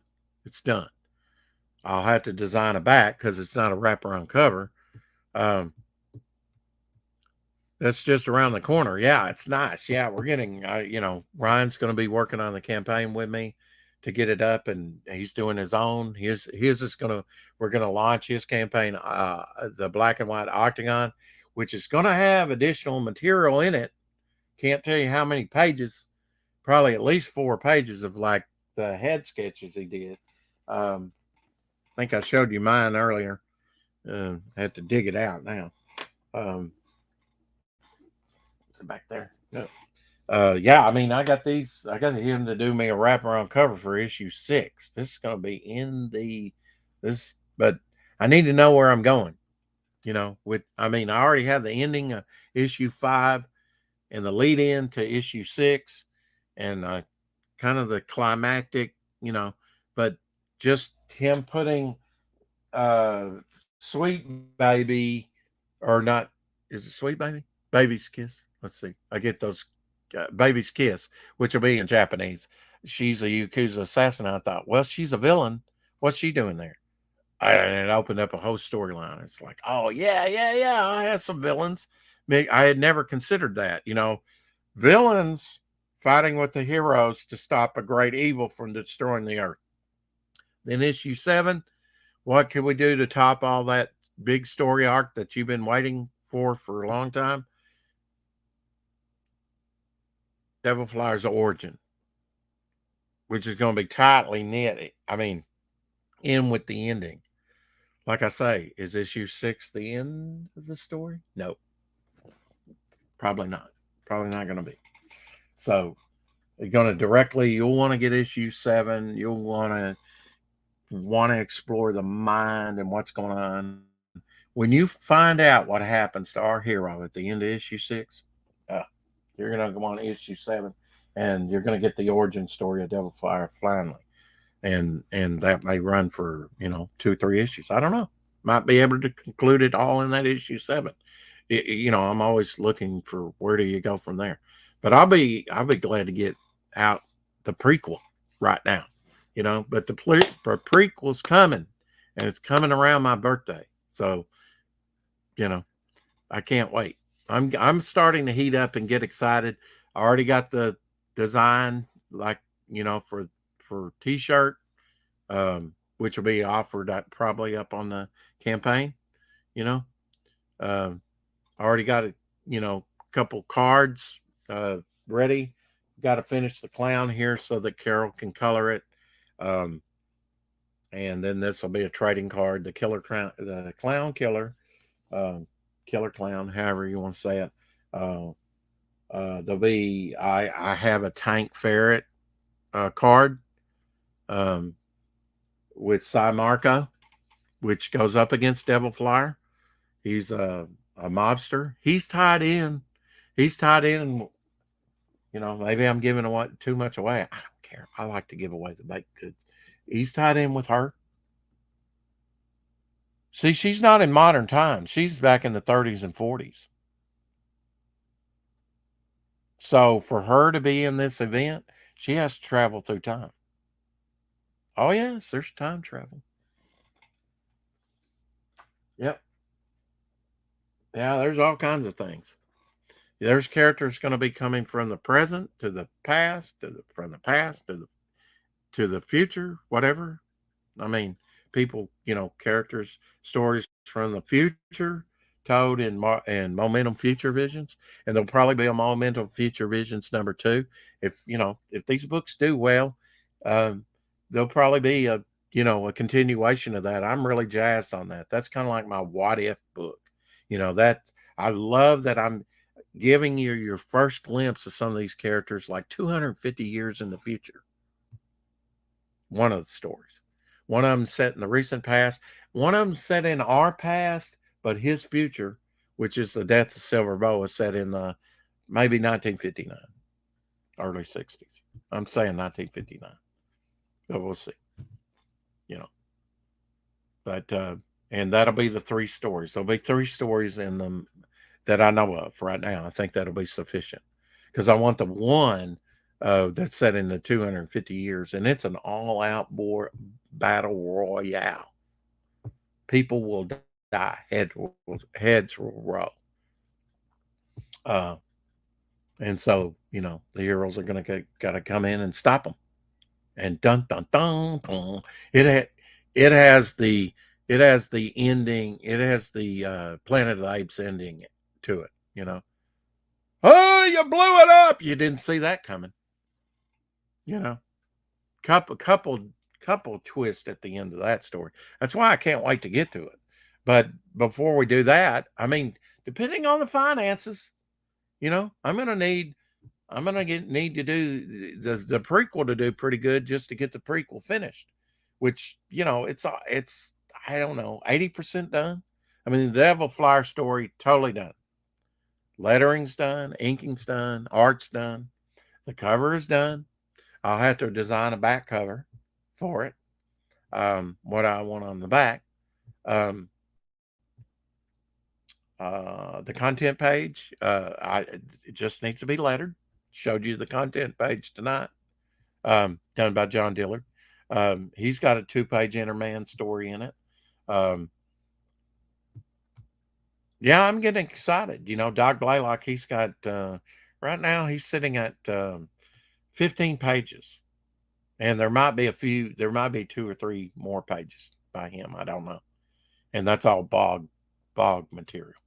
But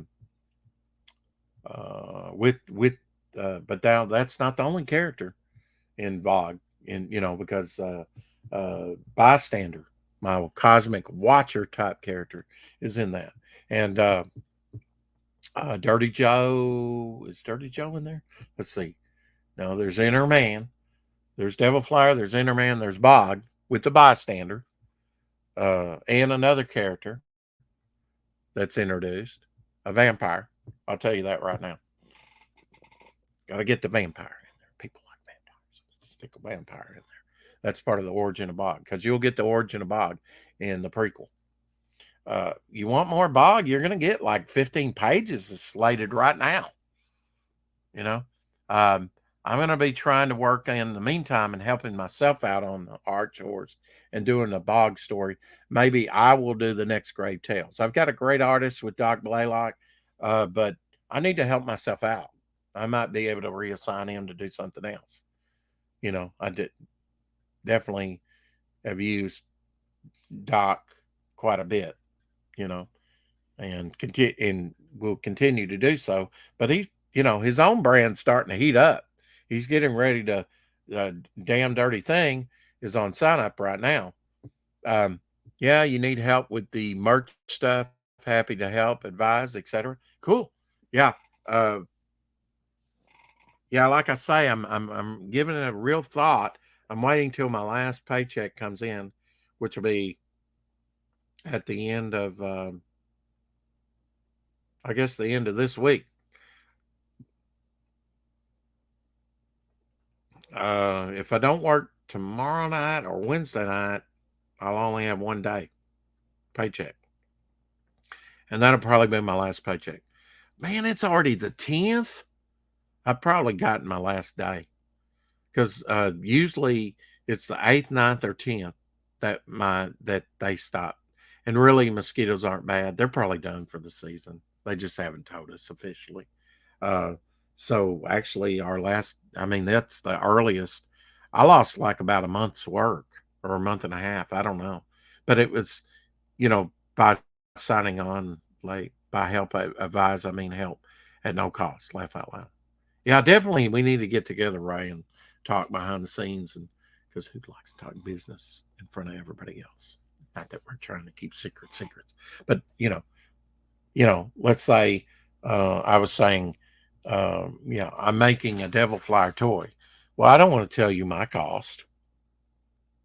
Yeah, I'm going to give you the best deal I can, still make a profit. But I mean, out of the cost of the dye and all that, I mean, there's just things you got to consider, and you don't need to hear all that to enjoy what it come out with. I want to come out with some good stuff. Enough shop talk. Okay. Yeah, man, I'm excited, man. I mean, less than a month, about a half a month, and I'll have another book up to be shilling and take the ash can down. That may be something. Add, a copy or two of the ash can on the campaign, uh, but there won't be very many of them. There was only 100 of those printed. Um, might have a little bit of the more merch, maybe. Might do, I'm going to utilize what I already have. I've got some Momentum and Devil Flyer magnets, got some of the trading cards left, some of the bookmarks, and, some of the 2016, 2017 postcards that I did. And that, we've got to work that out. I am running, on early sign up. Some of them I didn't make very many at all, because I did send out to a lot of comic stores here and in Canada, 2 or 3 up in Canada, not a lot, but most of it was around here. But I did send out quite a few of them, but I had quite a few of the very first one, but the second one, there was only 50 made. So I may only have, 15 to 20 left. I don't know, 25, who knows? On the other one, I did 150 print run on my very first postcard, and those are both Bog related. So I've shown those. I'm excited for you, man. Can't wait to see that the campaign. I can't either. I think I've got it. Put it in capable hands. I was going to go with Tanner originally, and I thought, rethinking it, was getting ready to send Tanner some files and said, you know what, if Ryan's, you know, because I know Ryan a lot, and I'm not saying that I and Tanner couldn't work together. It's just like it's kind of a no-brainer, you know. If he's going to be doing his own campaign around the same time, putting it together, maybe he could do mine, you know, because mine's not going to be that complex.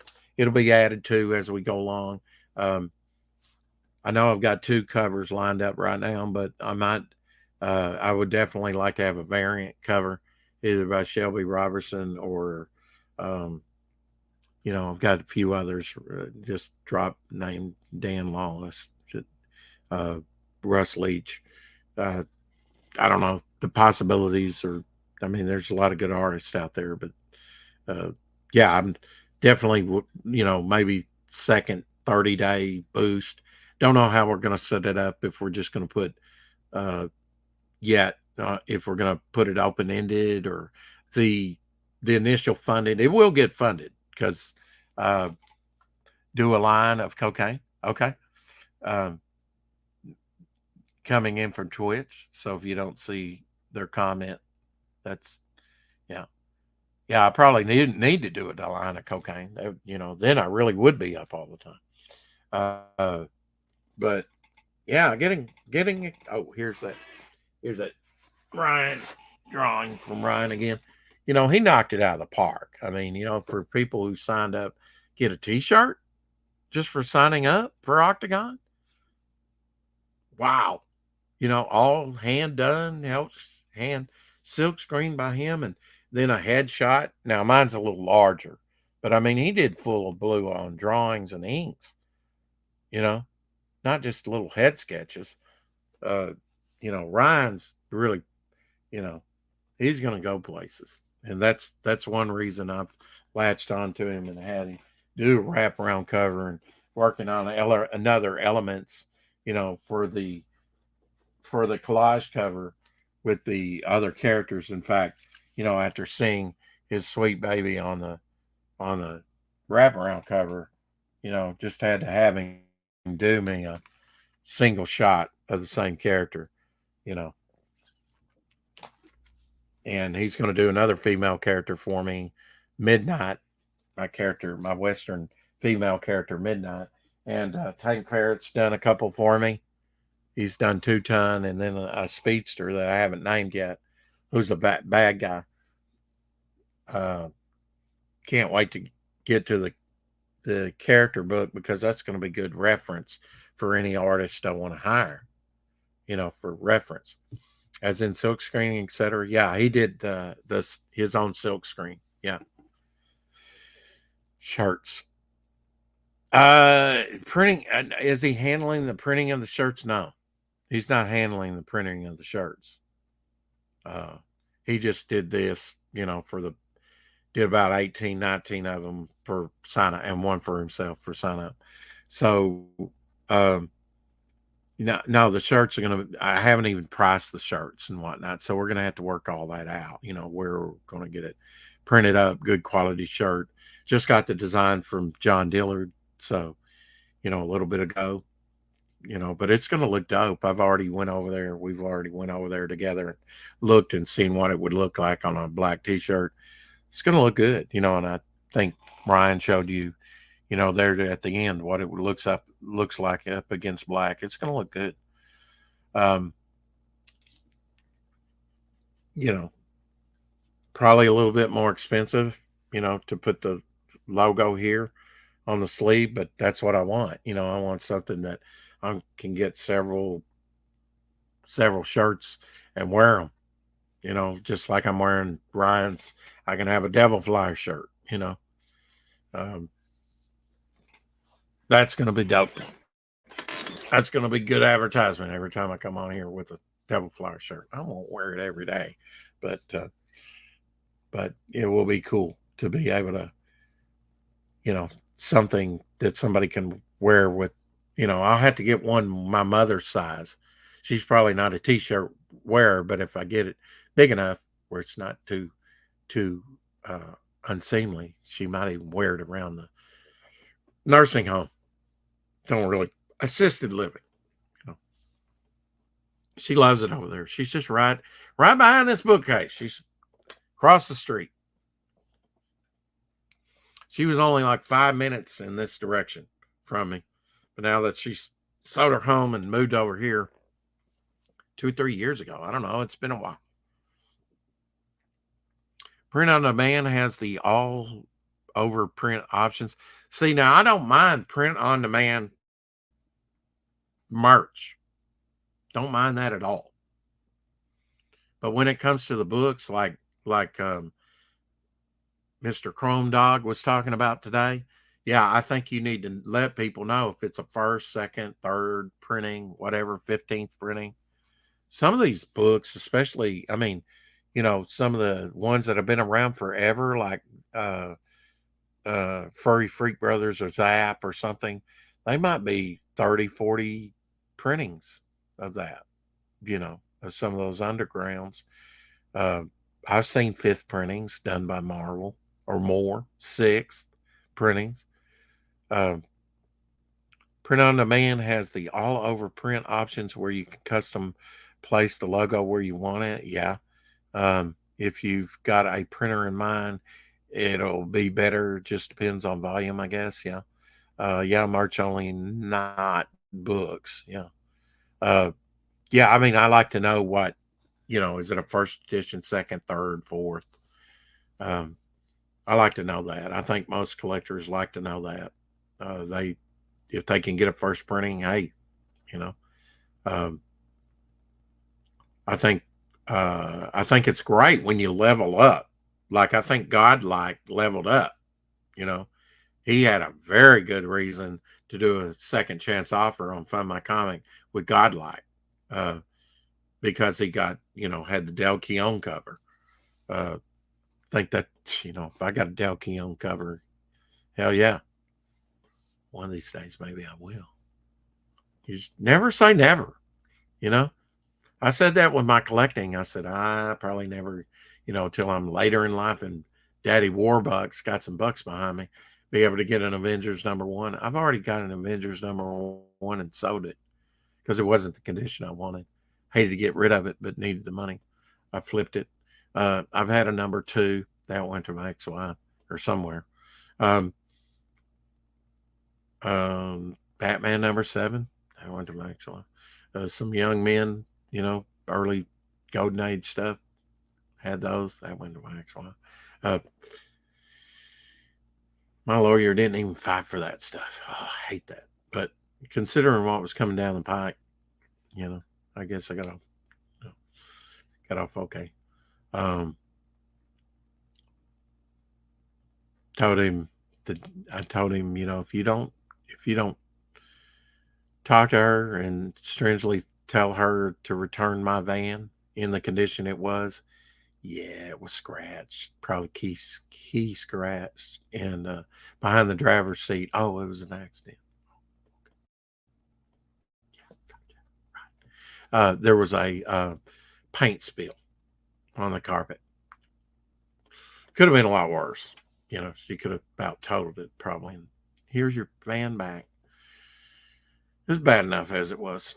After my fire burned up my first collection, I took out a loan, which I wasn't supposed to do because my parents were co-signers on the title, I think, with that van. And then my dad said, do not ever do that. I did it. Sorry, Dad. And I turned around and bought a comic book shop out, which turned out to be a good thing, because I've gotten like key books like First Appearance of Harley Quinn, Newsstand. Very hard to find newsstand copy of that.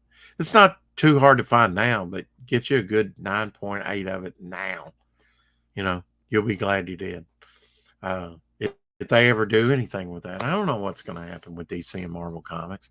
I just know it's got a great independent and, the crowdfunding distribution way, or whether you go, your own website or, I just know with YouTube and other platforms, talking directly to your buyer base or your fans or whatever people who enjoy it, because I do agree with Dillard and others that said, they're buying as much as they're investing in you as much as your product. Now, that being said, you need to put out the best product that you possibly can. Of course, that kind of varies, right? I mean, I'm not saying that I have top tier artists, but got John Dillard. I've got Hockey did a 2-page story for me with Dirty Joe, which is not going to be seen in the prequel, but it'll be in Devil Flyer #1. So some of the things I'm getting the essential things out of the way, I think, and making room to make Devil Flyer when it does come out. With the character book, I don't think that'll take as much time, because those are single images. There might be multiple images on a page of the same character done by different artists, much like the covers will be done, a hero's cover and a villain's cover, each character done by different artists, Marvel style, I call it, collage cover. But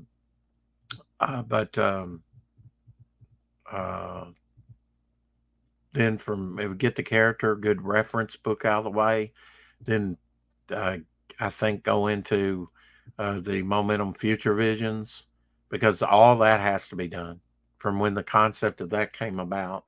Said, oh, that's where I need to do that before Devil Flyer #1. That was reconfiguring the whole thing about Devil Flyer #1, because it was growing to be 56 pages or more, and I want a stapled book. I don't want a square bound. I want a stapled magazine, and then you're getting the thinner paper stock. With that being said, the paper stock that I'll look into it. Paper stock to the Devil Flyer may be thinner, but it'll be good quality, good weight to it. Sounds like your own universe. Oh yeah, that's the whole thing.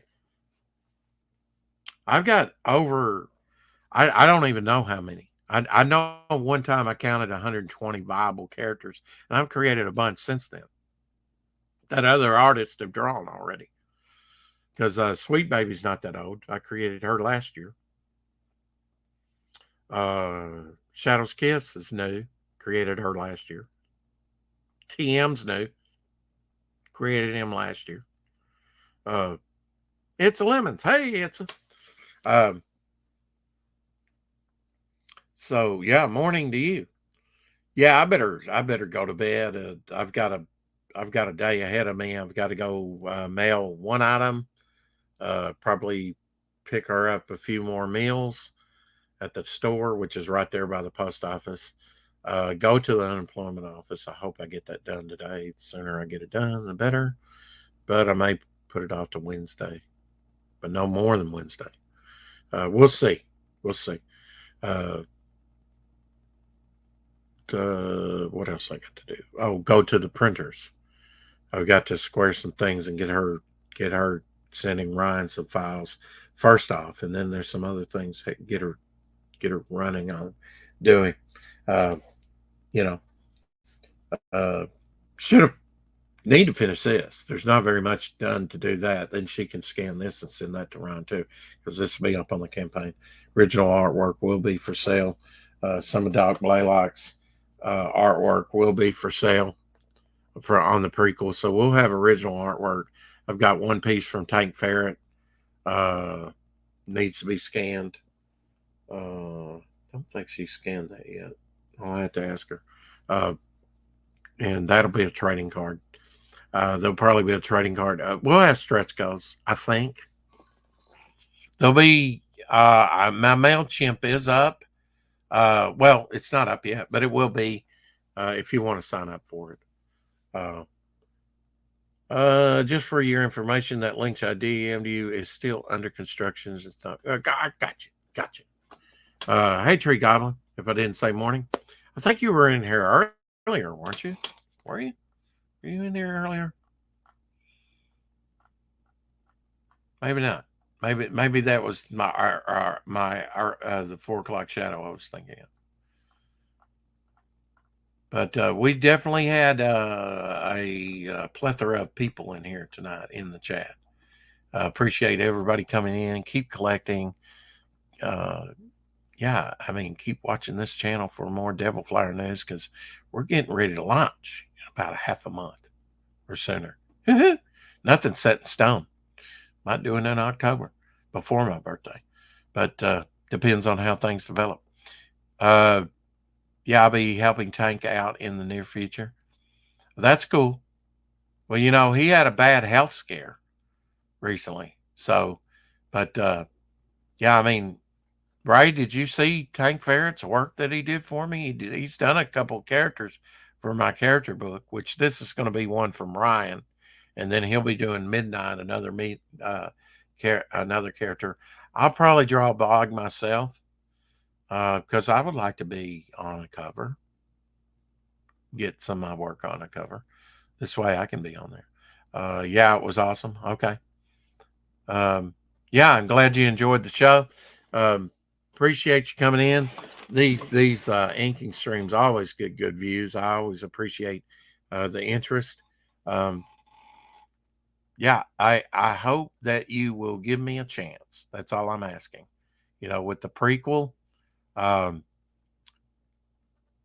I worked with John, my neighbor over here, to do that story. 29 pages. Think it's a solid story.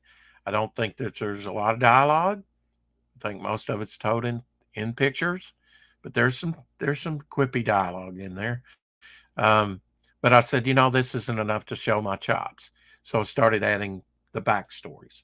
And so, you'll get 2-page John Dillard, like I say, Innerman story. You'll get at least 15 pages by Doc Blaylock, maybe more, maybe 18 pages when we're all done. And then that'll be the prequel. Then we'll be off and running, and I already am, because there's one of the first pieces. Tank's done me two pieces for 2 of the covers that'll be on the character book, which I haven't named yet. I was actually thinking of calling it something of an art annual character book. I don't know. We'll see. But I need to get that done just for reference for artists to have, and my own self when I draw the characters, because there's so many characters. Yeah, I'm creating. You're absolutely right, Ray. I'm creating a whole universe, and it's the Momentum universe. And I don't think anybody else is out there. I can't say that. I can't say that because Genuine Comics Dave's doing it. I mean, he's got a whole universe of characters that he's slowly introducing. And I know that Apex is doing that, and Eric and Boyd's working. I mean, but yeah, I've got all these. I don't know if I told you, I've got at least 120 viable characters, creating more all the time. So maybe I will become the Jack Kirby of CG. Oh, heresy. I don't know. I've been called Stan Lee and Jack Kirby. Now, if that doesn't give me a big head, I don't know what will. I just want to remain humble and hope that you enjoy what I do. Some people like what John did with the first Devil Flyer story. It does have a golden age feel to it. Of course, John's not going to do what would it be an issue 2. Now it's going to be issue 1, because this is going to be, moved his issue 1 story up to the prequel. So issue 1, I'm going to have to find a regular artist. Hopefully that'll do all 6 issues of Devil Flyer. And the stories will have varying lengths, but we'll start out with 6 stories in issue 1, go to 5, 4, 3, 2, 1, till we get to the climax, and it's all Devil Flyer. It's all good. We all live in a multiverse in CG. Laugh out loud. Well, I look at Momentum Verse as a universe. With that said, I guess I probably have some multiverse influence too. I think the multiverse is kind of a cheat, but then I think time travel is a cheat too, and I'm using time travel.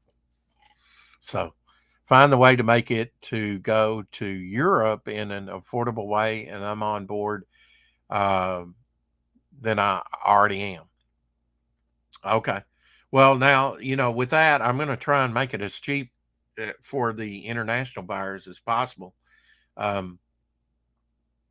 by going with Critical Blast probably on this prequel campaign to fulfill. And I still, I and Ryan will have to get together with him over the campaign and make sure he's on board with that. I've already had a talk with him like about 3 months ago, so he's willing to do it. He's wanting to go full time with his fulfillment. He just fulfilled Fiendish 2 and some others. Fiendish 2, I think, was one of his biggest that he had to fulfill. But if he gets the numbers up there, he'll go full time with fulfillment. It only makes sense for me because he's here in Arkansas. He's only like 4 hours away. I can draw 2 hours there with the printed books and the merch or whatever. And he can drive 2 hours towards me, pick it all up, and then fulfill it all. I fulfilled the ash can. I wouldn't mind fulfilling the prequel either. But I'd rather concentrate on the other things. I'd rather pay him to do it. I'm willing to stay a broke pauper as long as I can, get my foot in the door, and produce some things that I like to see and want to see produced. And if it flops, it flops. If you like it, great. If it's, which it could be, then it's just going to be, we'll limp along, But I hope I can just level up and go, yeah, and can afford some of these high tier artists. But, I'm not comparing myself with anybody. I think what I was able to accomplish last year with the artists that I worked with and the colorist and whoever else and what I've been able to accomplish this year, I think, and just giving myself time to expand the vision to make it even more epic, but realistically, to be able to get a couple books in your hands each year, at least 2 books a year, I think that's pretty good. We'll see. Plus, a lot of other cool stuff like T-shirts and magnets and patches, and I want to do it all. Sorry, got to bounce. Wife is busting my balls, chat. Assume my fear. Cheers. Yeah, see you, Ray. Thanks for coming in. Find a way to make it go to Europe. Yeah, affordable. Yeah, that's one reason why I got off on that was Critical Blast to make it affordable. For the European. I really hadn't thought that much about digital, but I get it. I may not lead off with a digital tier, but might add that later. Before the campaign's over with. I don't know. I'll talk about it. I really didn't want to do digital at all, but I get it. I do get it for the because there's campaigns that are printed overseas that I want to back, and that's why I didn't back the Lucid, and that's what I told Michael Bancroft, which he said, "Oh no, that was wrong," because I went to check out and it said $65 shipping. I was like, I can't justify that, even with some free Trump money. I can't justify that. That's more than the book, way more than the book. Charlie's London, expensive, overseas, but love the stuff, gladly pay it. But yeah, with the money we get from this campaign, we'll go to complete the book, what little is to complete, and there is some to be completed on it. Lettering, spot coloring on one story, which really is there for a reason. Hope you get the reason. So it'll be, to improve the book, and then hopefully can roll over into, have a little to roll over into the next campaign. But if we don't, we don't. Well, at least we will have gotten the prequel out. And but then that's shooting the wad right there, folks. I'm using what I got. I mean, I've got more stuff coming. Definitely, I've got a lot more coming. But story-wise, completed story-wise, yeah. Where the art's completed and everything. Yeah. I mean, I'm not shooting everything, but near everything's going to go into this 48-page prequel that I have completed or near completed, that I think that I can get out, in a timely manner without it taking a whole year to get out. It's not going to take that long to get out to you. And then we'll go on to the character book, because I think, but if the prequel does really well, might be able to go on, to the future visions, which is going to be a good lead in to Devil Flyer #1. We'll see. A lot hinges in the future. And what I'll be doing in the future. Am I going to be working the same job next year? I don't know. This year sucked. I was like 2,000 in the hole compared to what I was last year. This year sucked. So I may have to think about another job, but I probably won't. Or Rex will probably show up for another 12th year and give it another chance.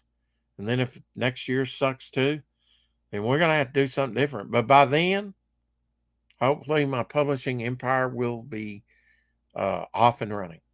So with that said, hasta la vista, ciao, baby. Thanks for showing up. Appreciate it. Thanks for sticking with me this long. Hope I didn't bore anyone. Take care. Thanks for your support.